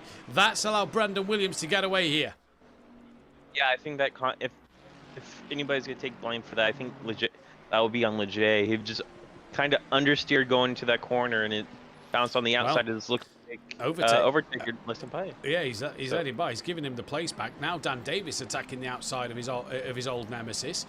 And now Alexandrov has come to the party as well. Yeah, it could just be the angle we had, but I'm pretty sure that would be on... I'm not blaming Pat, as looks like Vitas, Michelle, and Klaus, or Klaas. Why did I say Klaus? Klaas are all in the box. And it looks like Alexandrov there has just gone up the inside of Dan Davis at Luffield then, so move up another spot. Klaas looks like he could jump the 2 ahead of him, because he's done his stop and he's on his way out the pits. Tom Cardno's through, Sots is through. Here comes Brandon Williams. Vitas is off the limiter. So Klaas, did he get the jump over that of Richie Michelle? We'll wait and see, because Brandon Williams goes through. Here comes Patrick Leger. He goes through. And now Overtaker, who's lost out to Alexandrov, goes through, as well as Dan Davis. Where's Michael Harris coming through turn 1? Klaas still in the pit lane. This could be full tires and all 4 tires and fuel. The strange thing is here, though, So the number changes when you've done your pit stop and you're on your way, like when it goes from orange to green. Klaas has just done 2 stops in one go? No. That was the second stop. He did his flashing gas early on. Yeah, correct. Thank you, Tanner. I'm glad one of us is... As race leaders into the box as well. Milliston in for his first pit stop. I believe St. Ludovic is also in as well, and McGowan stays out. So McGowan, last one on 2 pit stops remaining. McGowan leads this race then. We'll see what happens here for Ian McGowan to do in this race. As overtaker Davis, Alexandrinov still going at it. He's going to be trying to hunt down that Apache, the fastest man on the circuit. Segude, Sokolov, Klaas have all done their final stops of this race, as Klaas is actually side by side with Sokolov coming through Stowe Corner, and Sokolov manages to stay ahead of the McLaren driver in this one then. So where is Sots in relation to St. Ludovic and McGowan? Because he was gaining on the pair of them, and obviously Ian McGowan now going that little bit longer. We'll see what he can produce in this race. And Sots, who's got past Tom Cardno, is coming right through the final corner of Luffield. Milliston has changed now, so he'll be heading out the pit lane, will Milliston. There is a car still in the pit lane. That is Piras, who's still in there as well. But Sots jumps ahead of St. Ludovic, as does Tom Cardno here. And Vitas no, Vitas doesn't, but Sots has jumped ahead, and Tom Cardno's jumped ahead of St. Ludovic.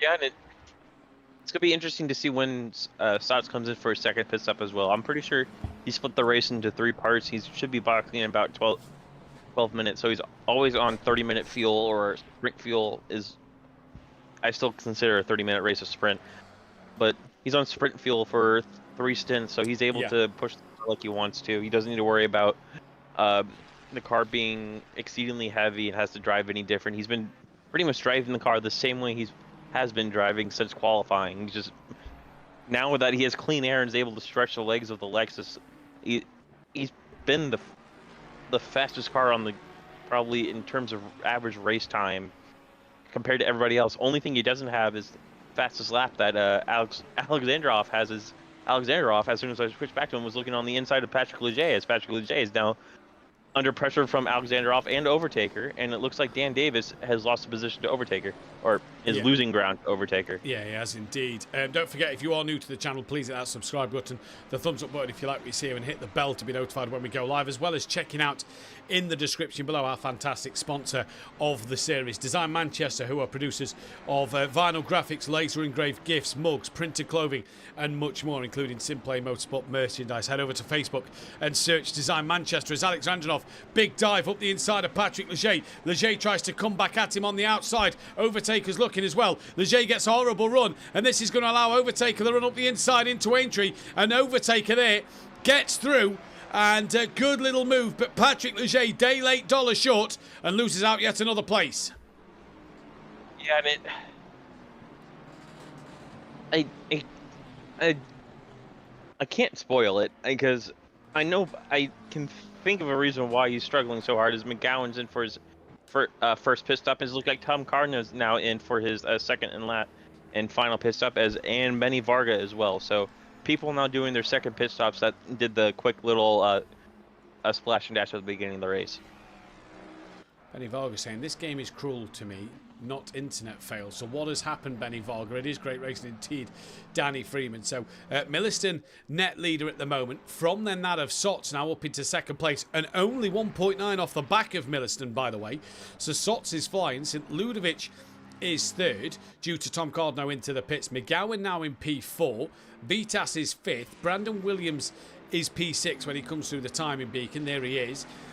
Which means Alexandrinov is P7 from Overtaker from Leger from what will be Dan Davis. Michael Harris will be P11 when it goes through. There he goes. Richie Michel will be up into 12th.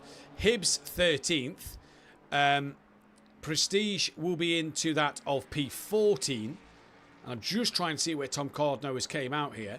So then will it be Cardno? No, it will then be Klaas and Sokolov, then Tom Cardno. So Tom Cardno is P17 in this race at the moment. The 566 in front of him is Benny Varga, who must have had some damage in the pits. But Tom Cardno is done for his pit stop. And don't forget, Tom Cardno leads in gold. If you look at the other gold drivers complete their stops, John Goudet, we know, had the disconnection, then the stop go. He's a couple of laps down, not really in this fight today. He's just out there to score some points and a bit more track time in the Bentley. And Piras, who is way behind Tom Cardno. Cardno's coming through towards club now. Piras is only just going through the link. As the sun's starting to set here, Klaas has also got ahead of Sokolov somewhere on the circuit. An overtaker trying to stick to the back of Alexandrov, but not able to at this moment in time. No, I don't know what Alexandrov did with.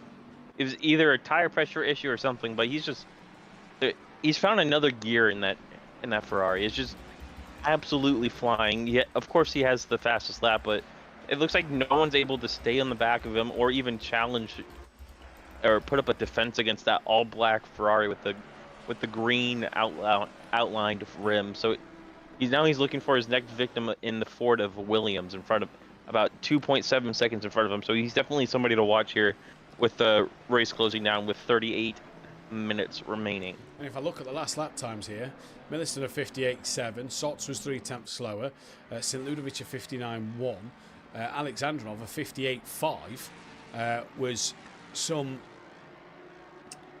58.5 was a second quicker than Brandon Williams on the last lap. So Alexandrov at the moment flying out there in this race. Yeah, and looks like Milliston's finally put the pedal to the metal as well, as he's gained about 4/10 on shots as well. So Milliston saw shots behind him gaining, and he's finally starting to stretch the legs of the McLaren. Indeed he is. Sokolov still trying to put the pressure on Klaas in this race. I've just noticed with whatever issue Benny Varga has had, he's just come through Maggots and Beckett. John Goudet's coming into Abbey. So Goudet's about half a lap behind, that just over half a lap behind Benny Varga, but Benny's still got a pit stop to make. So if Goudet has better pace than Benny Varga, can Goudet maybe find himself an extra position over that of the Ferrari driver just up the road? So we'll keep our eyes on that one developing. But yeah, Milliston here hasn't really needed to put his foot flat to the floor in this race because he had such a good lead over St. Ludovic. But now that Sots is behind him, he may feel that sort of urgency now that the gap's 2.5 seconds to just up his pace a little bit more. Yeah, it's going to be interesting to see where Schatz pits here. If he is doing the splitting the race up into thirds, he should be boxing in about 7 minutes to put fuel and then maybe tires if he didn't take tires at the beginning in the first stop here and start to chase down Milliston. He will have a longer pit stop just because he has to put more fuel in, as it looks like Dan Davis is in for his second pit stop as well. Yep, so Dan Davis trying to get this one done. Richie Michel will go through, Hibbs will go through, Prestige will go through, as will Klaas, Sokolov, and probably Cardno, depending on the length of the pit stop in this race. So, yeah, Dan Davis. Hibbs is off. Ooh, where is he? Oh, that's at Cop's Corner, yeah, just rejoined now. So, Hibbs has lost out to Prestige here, and that could have been for second place in the gold championship, in the gold class. Remember, if you are new to the channel, that points are scored for overall position, not per category. So yes, the drivers will still get a race win per category, as well as podiums and pole positions and fastest lap points. But in terms of overall points, in terms of the points scored per platinum and gold category, it is scored for where you finish overall to just keep the championship a little bit more interesting. It also allows these drivers to fight each other, despite the class they're in, because especially I think we see it more in Pro Am with bronze drivers battling silver drivers than here. Like, this race was pretty much the only time we ever see the field really split in terms of platinum and gold. I think Cardno and Hibbs were the only two drivers challenging any type of platinum times, but normally we'll see the field pretty much a good mixture of people, of some gold drivers in the probably 5th and 10th through, but definitely the overall point, doing overall points is definitely invites a lot more racing in between class and allows these quote-unquote slower drivers to learn how to battle against these, learn against people that are a bit quicker or a bit more experienced than they are, as it looks like Williams is now in for his second pit stop in the Ford Mustang. Indeed it does. So Leger through, Harris through, Richie Michel through. Oh, Vitas is off the track. through Maggots. Oh, he is through Maggots and Beckett. Yeah, that's a big cut. That probably would have given him a warning as well, because he missed a good chunk of that corner, and that's put him on the back foot down the hanger straight. And Alexandrinov was 6 seconds. I assume that gap's going to come down. But yeah, this also allows, as the 55 Brandon Williams stop-go penalty for the number 55. So Patrick Leger, so for him, he could possibly lose out to Dan Davis here, because Dan wasn't a million miles behind him with that stop-go 30. That could be Brandon Williams' day. Well and truly put to bed there. Yeah, and any chance for him? I think he had the shot of challenging for a top 5, but with Assetto, it's pretty much he needs to try to salvage a top 10, especially with Harris and Michelle being as close as they are. Those two are showing some really. They haven't been showing top tier race pace, but they definitely been showing enough to be a thorn in the side of these top 8 drivers. Now Sots has just lost out 2 seconds over the course of the last couple of laps to Milliston. So Sots has dropped off the back. Hibbs trying to get back onto the rear of Prestige here then for what is technically the net lead in gold, but we know that's kind of going the way of Cardno, because them two still have to pit. Again, it will determine what their pit stop is, but it's 31 seconds to come in, put 1 litre in the car and go back out. So you still lose a good chunk of time here. And like we say, we've got Monza coming up next week. Reverse grid 15-minute sprint next week in the first race, and then a 60-minute feature race coming up straight after that. So next week, a little bit different. We won't have the break at the start of the race. The break will be in the middle of the stream after the first race, but before the second, before the one and only qualifying, as reverse grid is determined by the championship order, with the platinum order being at the front of the grid, and the gold order being at the back of the grid. Prestige a little deep through Brooklands. That's put Hibbs to have a look round the outside of Luffield. Not close enough to get the overlap and make the move at the moment. But Hibbs is now right on the rear of the Ford Mustang, and the Honda trying to work its magic. Hibbs definitely having a better week this week than what he did at Spa. Oh, okay, wait, no, that's just symptom. But yeah, no, Hibbs. That I know that Honda and doesn't have the has a really good punch out of every corner. It's one of the big benefits of driving the Honda. I think the only car that's better out of the corners is going to be that of the Mercedes. But looking at it, it just seems like he doesn't have the car as pointy as he needs it to be as quick through Maggots and Beckett. So he's definitely using a safer setup. So it's not as racy, and it's probably a little bit kinder to its tires, which so in dirty air it really shows, because I can see him understeering almost everywhere through any of these fast high-speed corners. And the problem is he's got Brandon Williams gaining on the back of him, who's got that stop-go 30. He's bringing Klaas and Sokolov with him as well to try and keep up, to try and make that battle even longer at the moment. So Hibbs wants to get the move on here and get past Prestige as quick as he possibly can. But obviously remembering that they've both got another pit stop to do. So for Hibbs here, it wouldn't be the worst thing in the world if he maybe came into the pit lane. Yeah, one thing is kind of surprising, but not really. Hibbs has gone for the dive at the link, gets the move done. So Hibbs is through. Brandon Williams gets through on Prestige as well. So even though he's got the stop-go 30, Hibbs has got the move done, and Brandon Williams separates the 2 gold drivers. Now Klaas is on the rear wing of the Ford Mustang, who goes defensive. Klaas was looking to the outside. Klaas and Hibbs, teammates, don't forget. And Prestige yields that position to Klaas right around the outside of Brooklands. And now Sokolov having a look up the inside in towards Luffield. And Prestige, once again, just kind of lets them have him there. So is this Prestige going to come into the box? Yes, it is. So Prestige is in. As is Brandon Williams for his stop-go. Sorry, Tanner. Yeah, you're fine. One thing that's surprising right now, not really surprising, but definitely weird to see, is you have Schatz losing time to Milliston. I believe it's just his tires finally going off. I don't think he took tires on his first stop, so in the second stop, I believe he should take tires plus the 30 minutes of fuel. He's losing now time, hand over fist. St. Ludovic is catching him. McGowan's I don't think he really is, but if he stays on the set of tires, I'm pretty sure Schatz is. If he doesn't take tires this pit stop, I think he's at risk of losing a podium here. Yeah, well, we'll see what happens. Here comes Dan Davis, who will gain an extra 2 places overall as well. So that'll put him back up to 16th for the time being. Obviously, drivers start there with pit stops to make, as Klaas now on the rear of Hibbs. with Sokolov only 8 tenths behind him, as Klaas looking to try and get past his teammate.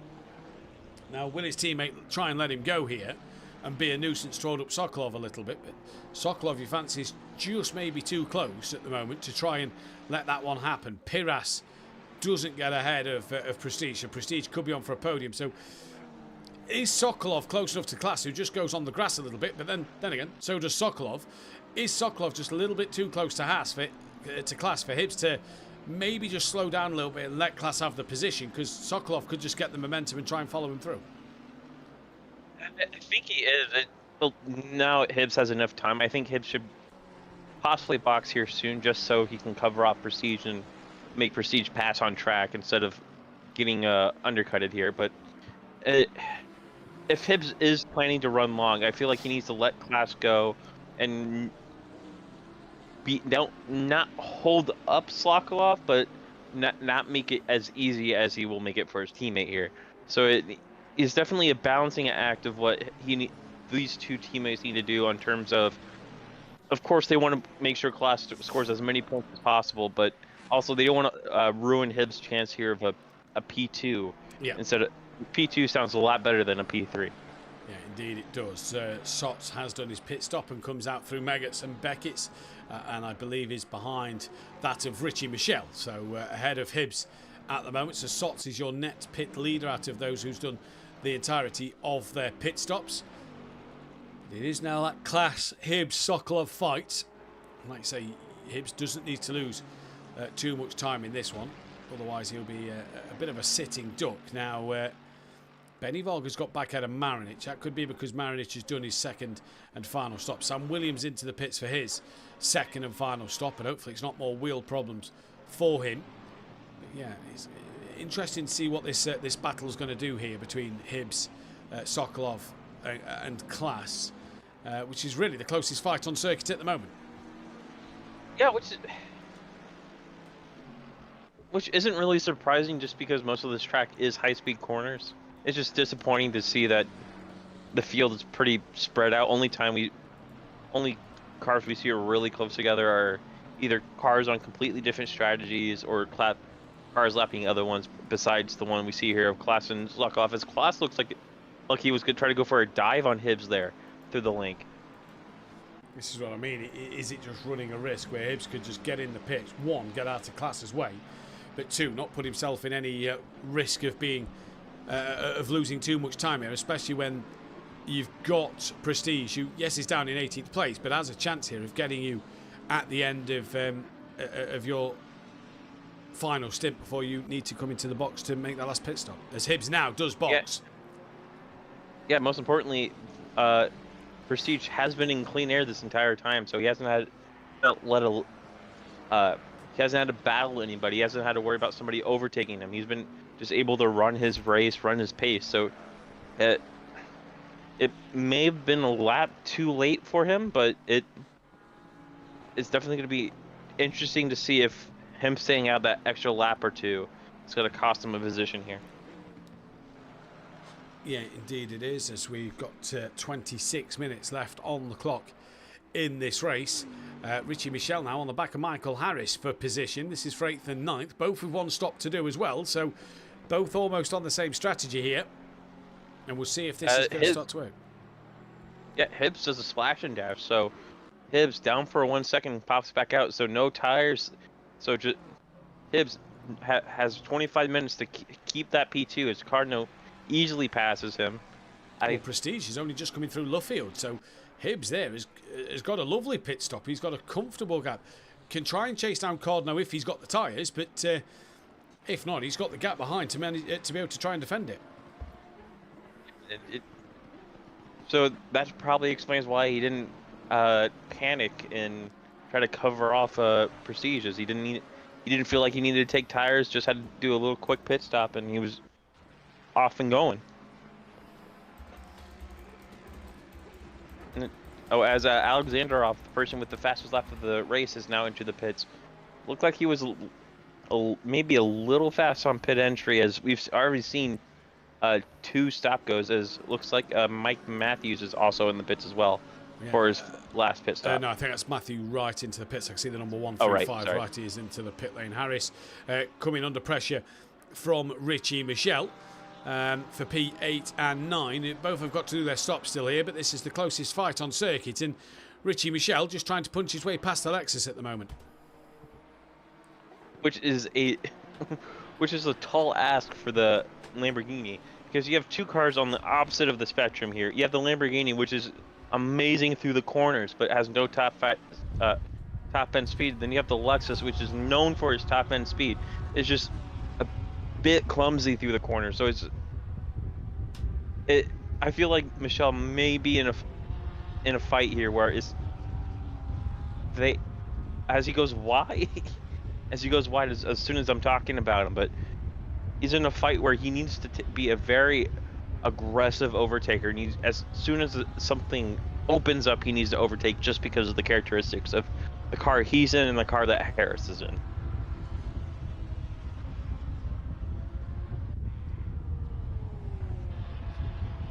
Ooh, one thing is, Class is only 3.6 seconds behind of Shots as well, which is very interesting. So I believe Shots took tires and fuel in that last pit stop as, dear God, last pit stop, just to get some pace back into the Lexus, and I think that may have cost him a win, because I believe Millicent's on the faster strategy of splitting the race in half, pitting between the 50 and 40-minute remaining mark, putting tires, putting fuel, and doing a splash and dash near the end, or at any time where you need to repair some damage. So I think St. Ludovic is probably the only person that's going to be trying to figure out where Shots is at, to see if he can take that P2 back that he's pretty much been in this entire time, in terms of just track position and pit stop strategy, to see if he can secure a P2. Not a win like Mathew Duffin predicted, but definitely a finish that he's happy to be in. As I think, did I lose Duffin? Never mind. That makes sense. I finally look at my phone and see why. What fight we are on? Oh, we're on Harris. Anyway, so yeah, Harris and Michel.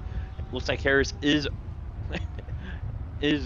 putting time between him and Michel. Michel most likely suffering from dirty air from the Lexus, so he's unable to make any type of inroads through any of the high-speed corners. So he needs to find all the time he needs through the slow corners, as what they're coming through now, and through Village and the Link. So that's the only place that that Lamborghini will be at its strongest, is through all those low-speed corners. High-speed corners is going to be still leaning towards the Lamborghini, but it's not as strong, just because the engine of the Lexus is that strong and is that deadly. Let's see here. There, a 1 second gap during down the hanger straight, and it's down to a 9/10. So Lamborghini is faster through the slower bits, but still not. It does not have enough in the car, so it's gonna be down to the pit stops for Michel to box. And how does Harris react? Or does Harris box here soon, just to stay ahead, just to cover off any type of undercut or any type of threat that Michel could deplore, as Michel is now into the box. So Harris sees that, and will he decide to, dear, what the hell am I saying? Will Harris decide to cover off the undercut next lap? Yeah, and the sun firmly setting here. We're down to 19 degrees track temp and ambient. Sots has obviously got through, so has Class, so has Sokolov. Sokolov 2/10 off the back of Class at the moment. We've got Cardno 6/10 off the back of Mike Matthews. Mike still to pit here.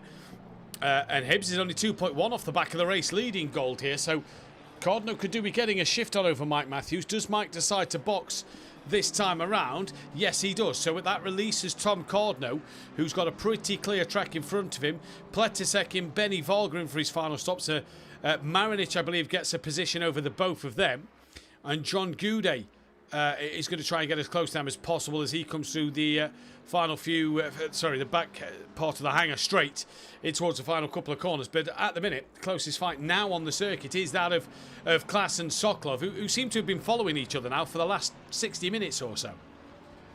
Yeah, and it's just, it's just the issue of your car. You're fast at the wrong parts of the track here. Both cars are extremely aerodynamic. It's just the McLaren's just a little bit faster through all the high-speed stuff, and the Ferrari, as he might be looking for a move around the outside. Does he try to do the switch back? Oh no, he tries to hang it around the outside, looks for the inside, goes for the dive, puts a wheel in, and knows Klaas sees him late, and looks like they will hold positions as now. But it's just the Ferrari being fast at all the wrong bits here. Yeah. In the McLaren being fast in all the good spots. Well, it looks like Sokolov's got a good run down towards Luffield.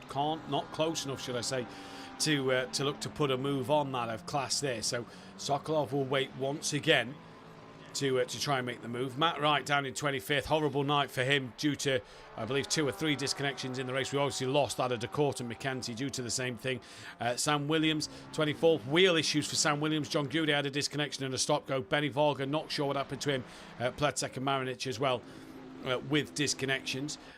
Piras down in 19th from Mike, 18th. Prestige, 17th from Brandon Williams. Dan Davis is 15th from Damien Hibbs, 2.2 off the back of gold leader Thomas Cardno. Then it's Richie Michel, Alexandrov with the fastest lap. Sokolov still on the rear of Klaas with Sots, P8. Your net pit leader in terms of those who've done their stops. Those still to pit are the top 7 of Harris, Patrick Leger, Overtaker, Vitas, McGowan, St. Ludovic and Milliston. So pit stops could be crucial for these drivers in the top 7 here, is to see where they do come out and what will happen. One thing we know for Harris is, has he got this overcut? Has he got a chance to make this overcut work to stay ahead of Richie Michel? He has all the clean track and clean air in front of him to do it. That's the thing. So that's probably why he hasn't decided to try to cover it now. But the Lexus is such a good car just to be in if you're racing somebody else, just because the strengths of it make it a nightmare to pass, especially with any track with long straights like we have here at Silverstone. So I'm not surprised that he boxed just because he has to clean air, but I'm not certain if it was the right thing to do. But I guess we'll find out when he does pit within the next 16 minutes here. Yep, so 16 minutes to go left in this race at Silverstone. Remember, we're at Monza for the ACC console reverse grid and feature race next week, so make sure you join us for that one, as well as Tuesday night. We're back on the LMU platform for Sebring, the 100-minute race of Sebring LMP2 ELMS specification, and then the LMGT3 car. Sokolov, once again, just getting closer to Klaas, but once again, it's mid-Luffield and can't seem to get the exit that he needs to try and pull alongside here. Yeah, and he has to do it now before the tires of that Ferrari start to fall off again, which we seen in the first stint where he was strong in the beginning and then just it started to taper off near the end, and he wasn't able to race the Ferrari. So I think he has about another 8 to 9 minutes left in those tires to being competitive before it starts to really hurt him and really hurt his pace here. I mean, the bonuses for drivers with their tyres is the fact that the track has cooled down quite significantly. So it does mean that for the drivers out there, they're able to just now push that little bit harder, aren't they? Because that track temperature has come down quite significantly, they're able to just push that little bit more. Yeah, and it'll save their tire wear a little bit with the curbs around here as well, causing slow punctures, which could absolutely kill your car balance and kill your lap time. I had a similar issue at Indy last season where right when leaving the pits, I got a slow puncture on my rear left, and it just caused the last corner, which is normally an easy flat-out corner if you get the line right. I had to lift halfway through to stop the car from putting itself in the wall. So people have to be cautious around these curves, especially in these British tracks where I don't know why. I don't know if you put knives in the curbing as well or something. It just seems like it kills tires and causes them to have these slow punctures. Yeah, indeed, and Class once again just fending off. We were just looking at the rear wing of Class coming through that of Village and the Farm Curve and places like that in the what would be the first couple of corners of the Grand Prix section of the circuit. And Sokolov didn't really close in until the two really slow corners, which Sokolov can't do anything out. And once again here, look, on the back of Brooklands and Luffield, he's right on the rear wing of Class, but just can't seem to get the exit out of the corner he needs to have a run down to the next corner. So Sokolov just on the back foot, I'd say, at the moment in time. But Class doing everything he needs to do in this race. In terms of other fights on the circuit, none really happening out there at the moment. It's all waiting for these top 7 to pit into the final 15 minutes of the race. Here goes Sokolov, about to have a look on that of Class into Maggots and Beckett's, bails out of it, thinks better of it this time around. And he's now just starting to be...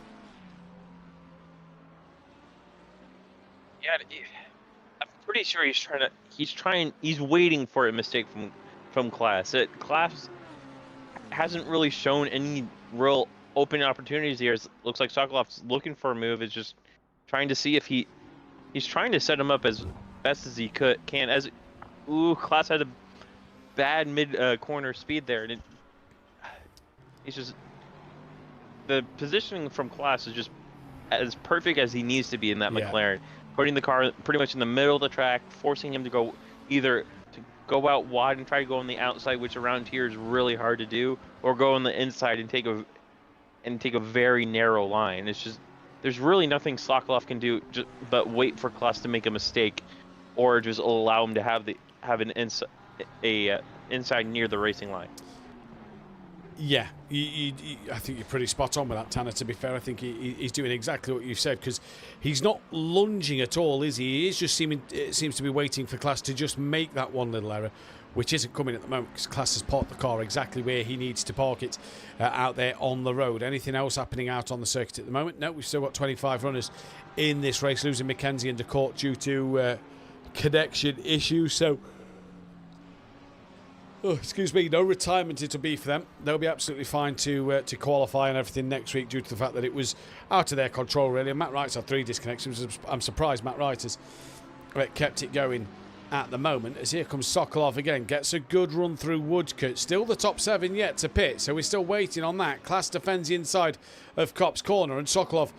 The thing I like about Class here is he's not only just putting the car in the right places, he seems to just be that little bit slower than Sokolov on corner entry, which is just delaying Sokolov the chance to get onto the power, so Class can get on that power early and just punch his way out of the corner, because he always seems to gap the Ferrari. Yeah, and it's just because he's able to carry that much more mid-corner speed, so it could just be that Class is running a lower rear wing than Sokolov, and because Sokolov is in the slipstream, he's able to nullify that difference in rear wing on the straights. As it looks like Class has another bad corner, but still, he's just fast enough and able to keep the car in a good position to stay ahead. And this just has to be frustrating. That Ferrari behind a McLaren, it's itching to get by. It's itching to get by. Only person that's really helping these two fighting is Sokolov might actually get a move down. He inside clears him before the apex of the corner, so Sokolov finally got past because of the Ferrari's ability to get on the throttle early through the last corner of the F1 circuit and able to get by. And so now can he use that Ferrari's pace now in these more technical bits on the track to catch shots in the Lexus, which Shots hasn't, ever since that first pit stop, hasn't looked as fast as used to be, as it looks like St. Ludovic has finally done his second pit stop, and here comes Patrick Leger in for his second as well. Yeah, and for Shots, he was ahead of St. Ludovic after the first round of pit stops before Shots pitted again.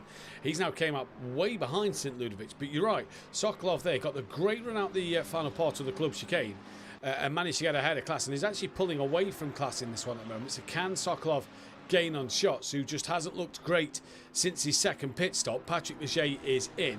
Sokolov went through, Class went through. Here comes Alexandrinov. Leger's just off the limiter, so I think Leger should be up to speed. So he's only lost out to that of Shots, Sokolov and Class, with and obviously Michael Harris, but Harris still to pit.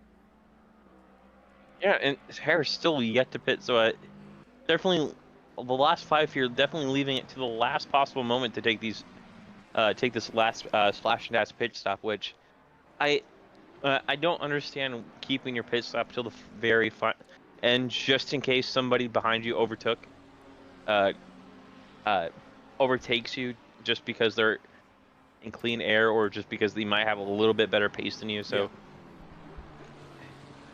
we should see him before the 5 minutes remaining mark, as it looks like Harris. Harris is getting caught by shots here at a alarming rate as well. Yeah, for Harris, he's still got to pit, so I don't think we're going to see much of a fight from Harris on shots when it gets to him, just so that Harris can try and get into the box as quick as possible.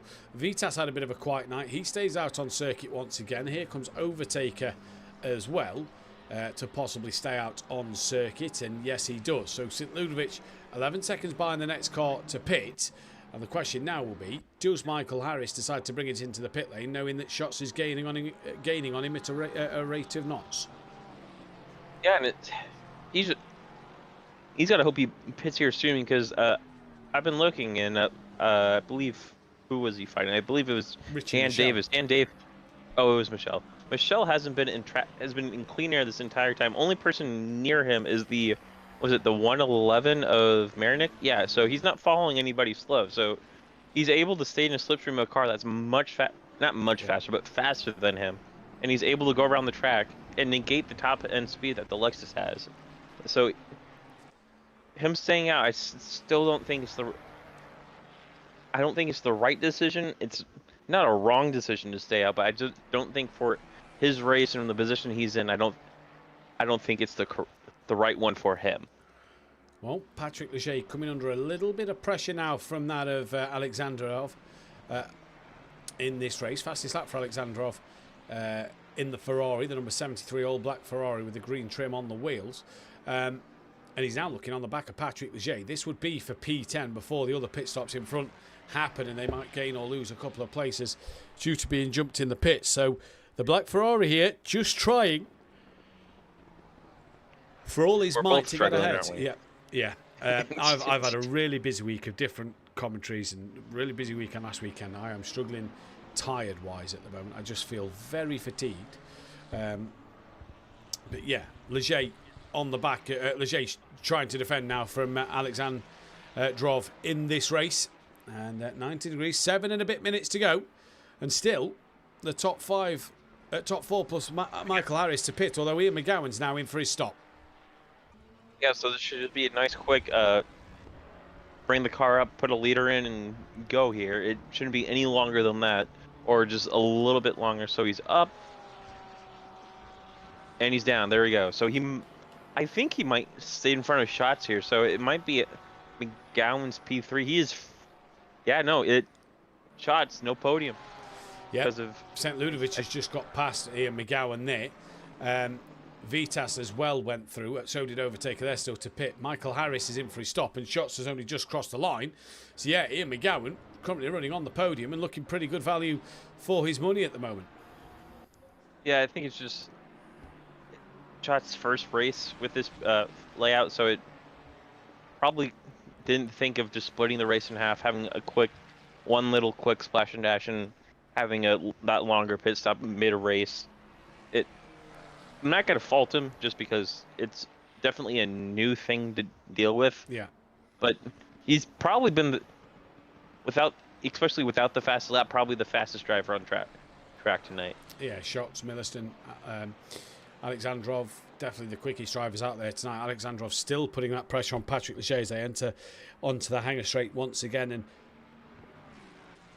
I think I've seen Patrick do more defensive work than I have attacking other cars tonight. He always seems to have been have had somebody on the rear of him.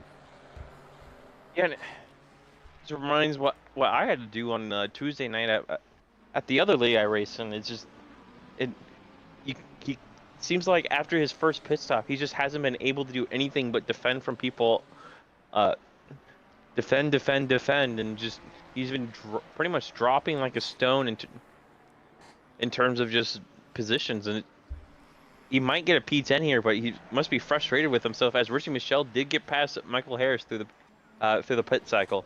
Yeah, 1.8 seconds ahead as well. So the undercut worked for Richie Michel, and has Harris got enough left in the tank to get through. Mike's done his final stop. He's down in 18th, 9 seconds off the back of Prestige, who's trying to gain on Brandon Williams as a car ahead of Prestige.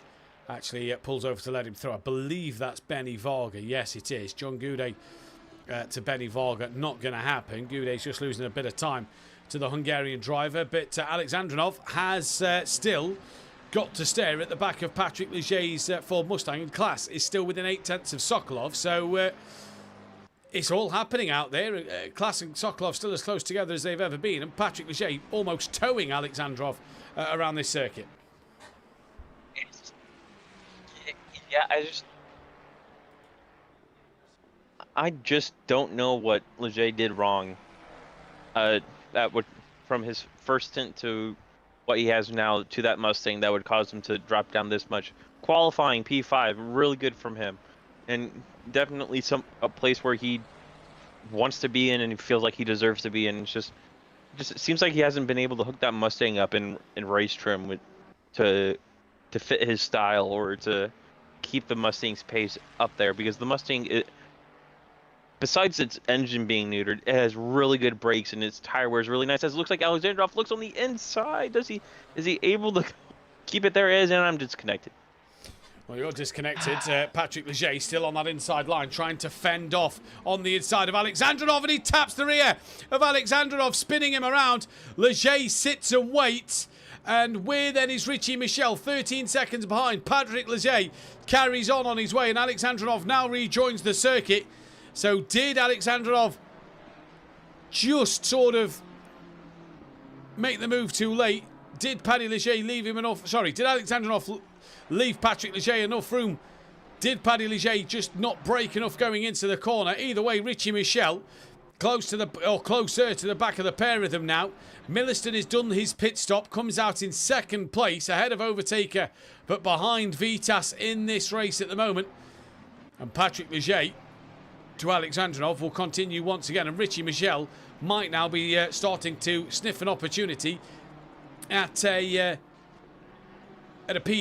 top 10 here if another incident was to occur between the two of them. Matt Wright has been disconnected once again with yourself, Tanner. So it seems like the same people are the ones who's been disconnected in this one, sadly. But yeah, interesting. Yeah, and it's the same issue Patrick's been having. He's just in the first stint, he seems like he was able to turn the Mustang in and it just went, but now he just seems like he's unable to get the front of that Mustang to turn in and to commit to each corner, and it's just been biting him in the butt pretty much his entire second and third stint. So he's been pretty much fighting that Mustang, trying to keep it on the track and trying to extract as much pace as he can out of it. So and it looks like we only have 2 drivers left to box, but they need to pit this lap because I don't think they want to try to chance it here.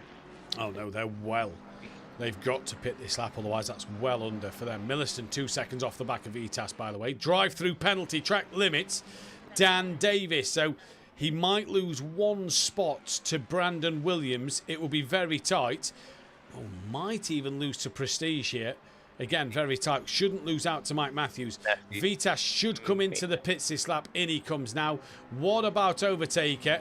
So with 1 lap to go, Overtaker's into the pits. Milliston leads this race. St. Ludovic is going to be second place.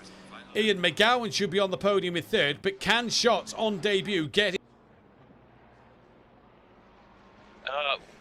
I'm pretty sure he should be. Vitas is...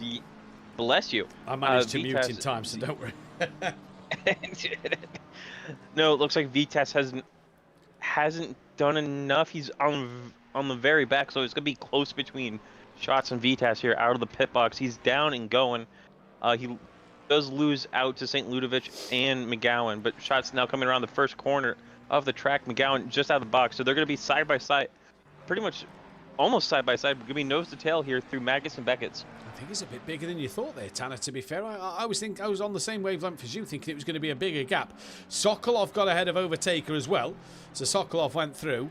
Dan Davies coming down the back straight. John Goudet's had a moment further down the order. He is slow. at the start, at the Grand Prix start finish line. I believe, thank you, Neil Broom. I think you heard the echo come through Tanner's mic there. I believe John is slow to try and let Milliston get the lap put on him so that John doesn't have to complete a secondary, a final lap. Obviously, you're going to be very frustrated and annoyed with how this one's played out due to the fact of the disconnections. But Milliston, what can we say about him? He was second in the championship. He took pole position to give him an extra point to get him closer. With Marinic, I believe, not here tonight. Yeah, with Marinic not here. Oh, Matt Wright and you have gone again. Oh, no, Marinic is here. He was one who got disconnected earlier. So with Marinic down in 20th place, this might be the drop score for Marinic. But for Milliston, he's had to do everything to try and capitalise in this race. And looks like he is going to. Dan Davis in for that drive-through penalty. Milliston, though, rounds the final corner. He's going to take a race win here. It's going to be Milliston to win in the Platinum category and win overall at Silverstone. 90 minutes goes the way of Milliston. St. Ludovic is going to come home on the podium for second place. Great to see from him. Oh, brilliant. I've just been I've just been disconnected from the server, so I hope everybody else hasn't. I've just took a quick screenshot of the top 18. If everybody's been disqualified, I'll put the results in after Milliston has crossed the line. I'll DM Dan Davis to get the server's not even there now. Yeah. So yeah, everybody got disconnected. Yeah. So I have got. I'm gonna hop into the other. Yeah, I'm going to hop into the other VC just so they... Yeah, that's fine. Yep. So the results I'm going to take is going to be the ones that I can see on the screenshot I have. So if I just quickly look at this. So St. Ludovic crossed the line in second place. Third place would have gone the way of Ian McGowan. Fourth place goes down to that of Vitas. Sots on debut takes a P5. Sokolov will be P6. Overtaker 7th place. Class, P8. Alexandrov will be P9 with the fastest lap. Patrick Leger will be 10th. Finished the race as well this week, so good job for Patrick Leger. Richie Michel, P11. Michael Harris will get 12th. You see, Dan had just done a drive-through penalty, so I'm going to have to put Dan down as 15th place because I can't see where else they would have finished. So I'm just going to have to do this as best I can. So Michael Harris, 12th. Tom Cardno will be your gold winner in 13th. Hibbs will get second place in gold in 14th. That then puts Dan 15th place. With Brandon Williams in 16th. Prestige will be P3 in the Gold Championship and will be in 17th overall. Mike Matthews will come across for 18th place. Piras 19th, and I'm just trying to input the points while I'm telling you this at the same time. Marinic then 20th. 21st will go the way of Pletasek. Benny Varga was then 22nd.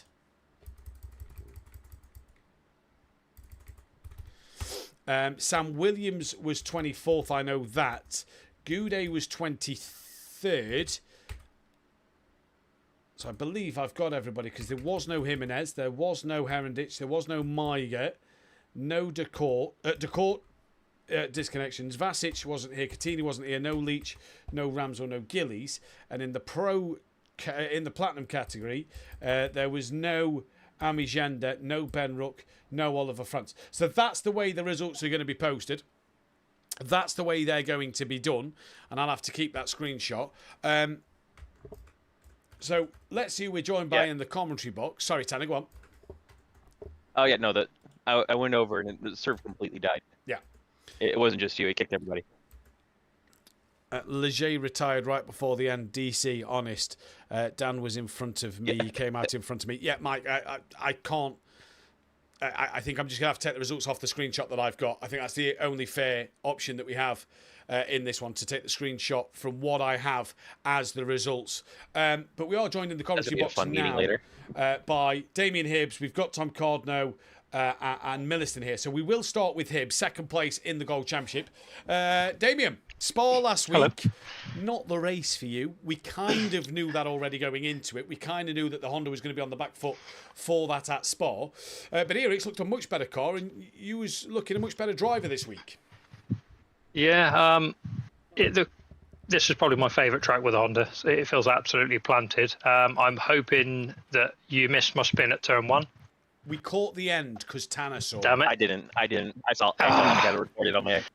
Yeah, it's a thing of what could have been. If I had actually managed to keep that point in the right way for the entire 90 minutes, then I could have toppled Cardno. But yeah, when I was behind him, he just does not make any mistakes. I tried my best. I was hoping he was on a final warning for track limits or something like that. I was trying to push, but I just could not get any closer than I was. So yeah, shame. But you know, after the season I've started with this so far, it's been a lot of lows, but yeah, it's decent around here. So yeah, hopefully I can build from here. Indeed, it's been a pretty good a good night for yourself. P2, as we said in class, you was trying to chase Tom there as well, and it's a shame we kind of got robbed of that at the end, just in case anything did happen. But solid night nonetheless. You got to be pleased with that second place moving forward into Monza next week. Yeah, not done any testing with the Honda around Monza. Someone did say that it wasn't very good, but being naive, I can't see why. But I'm sure I'll find out in due course. Probably will. What can you do though at Monza realistically? I know you've just said you've done no testing, but what are you looking to do?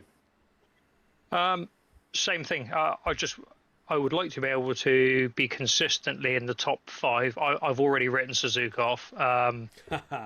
That's the one track that I don't know what it is. I've tried so many setups. I just can't seem to make any progress there. So hopefully it rains. That'll make it a bit different. Maybe that's what I need. But yeah, Monza, the Honda seems decent in a straight line, which is good coming from the McLaren. So yeah, hopefully I can pressure some people down the straights. Well, P2, sorry, in category tonight, Damien. Congratulations. Thank you. We'll see you next week. Thank you very much. Cheers all. And we'll speak with Tom Cardno now, your winner in the gold category. Tom, good qualifying from yourself. Put you a fair few cars ahead of Damien on the grid, and you managed to just do the job from there.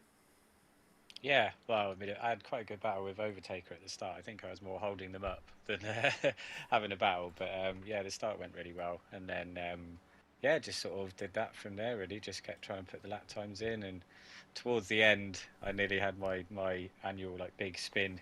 And then I could see him sort of closing the gap down, and it started to make me quite nervous. So he was keeping me very honest. So I could see that he was pushing at the end. But just once I got comfortable with it, it was just about keeping the lap time consistent. That was all. So yeah, it was a good race. Enjoyed it. It was nice to get a good result again, considering Spa wasn't particularly great. And I know you're going to be one of them drivers that's not going to want to see all these disconnections happening out there. The fact that we lost John Goudet from the grid, I know we seem to be struggling in qualifying anyway. You're going to want to fight for this championship against the likes of John and Damien and Matt Wright. So the fact that we lost Matt Wright and John with disconnections, you know, a great result for yourself, but you want to fight them for this championship lead, not sort of be gifted that result tonight.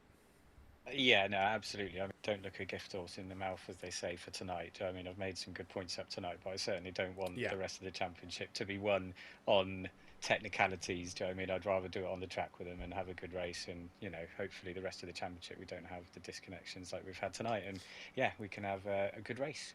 Seems up and down at the moment this season. You seem to be having one good week, then not a bad week, but sort of an off-form week. We head to Monza next week, the dreaded Turn 1 chicane of Monza, with 1, the reverse grid race, and 2, the 60-minute feature race. What can you do there? I think just survive the first corner. You know, I've not really been around the beamer that much at Monza, so it'll be interesting to test around there and see what I can do. But yeah, I mean, Turn 1 is just, you know, hope.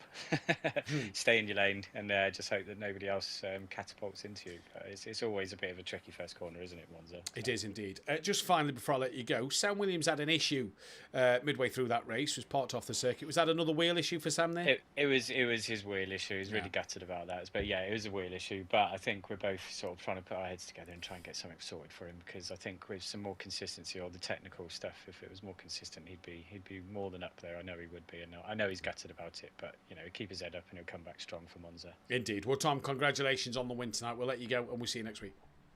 Yeah, thank you very much, Duffin. See you next week, mate. Cheers, buddy. And we've got Milliston in the box with us as well.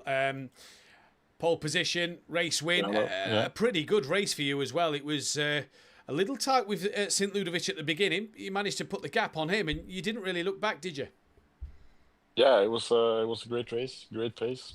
I just felt comfortable after qualifying with quite a nice gap. So, yeah, didn't push that much in the race, to be honest. But, yeah, it was great. Pit stop seemed to work in your favour as well, because every time you came out the pitch, you seemed to have a good bit of clear track in front of you and not caught up in too much traffic. So all in all, a great strategy and a great race. Yeah, exactly. I just was very nice with traffic. No traffic when I came out of the pits. Almost a whole second stint to just clear track ahead. So it was very nice. Thoughts on Monza next week? Obviously, reverse grid and then the feature race coming up. What's your thoughts on Monza? Yeah, I think I have had some good results on Monza, but yeah, with the reverse grid, it's just gonna be about surviving the first race, I think. Yeah. And starting in the middle, and then for the feature race, yeah, I think I have a good chance. Of course, I'm going for the win, but we have some fast guys also, so I think it's gonna be a great race. Indeed. Well, congratulations on the race win tonight. We'll let you go, and we'll see you next week. See ya. Cheers. Tanner, give us your final thoughts of the day and your driver of the day. I think I can only really give driver of the day to one person. That's gonna be Schatz, even though his race kind of fell near the end. Definitely worthy of the driver of the day. And if I had to put this race into one word, it was just annoying. It was annoying because of the disconnections, and just annoying we didn't see John Goody being able to defend be able to defend himself. Milliston, or not Milliston, Marinick. Yes. Right? Or was I right there?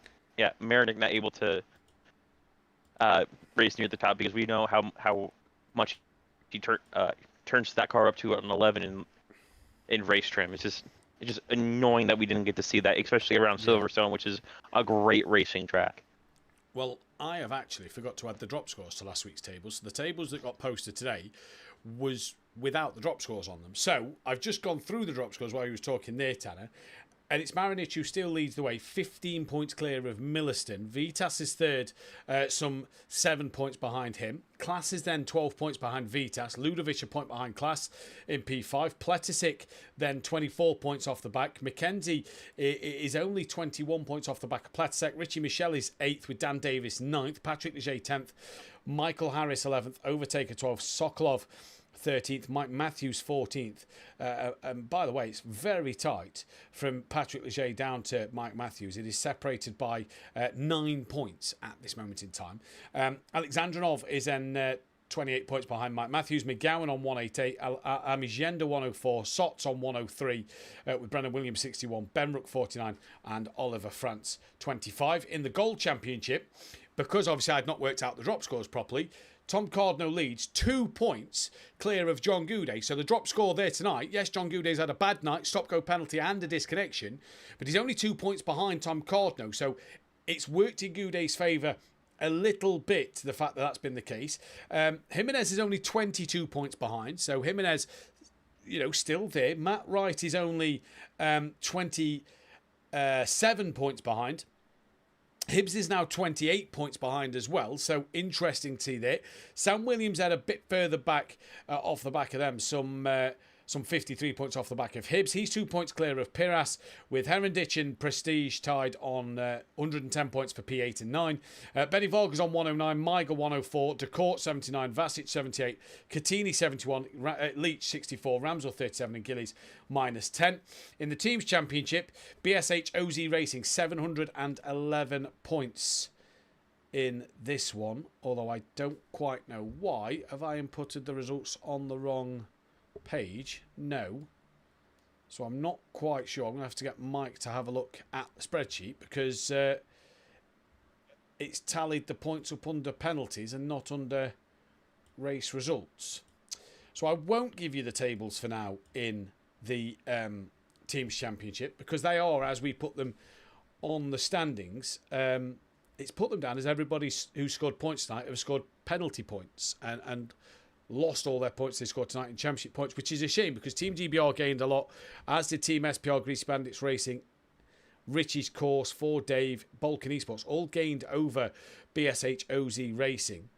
So I'll get Mike to sort out the formulas on that one, and we'll get back to you on the Teams Championship when we post them on the Discord and later on. I'm going to go for Milliston Driver of the Day. I'm going to give an honourable shout out to Matt Wright. 7 disconnections he had tonight and carried on going throughout the race. So an honourable mention to Matt Wright for keeping going there.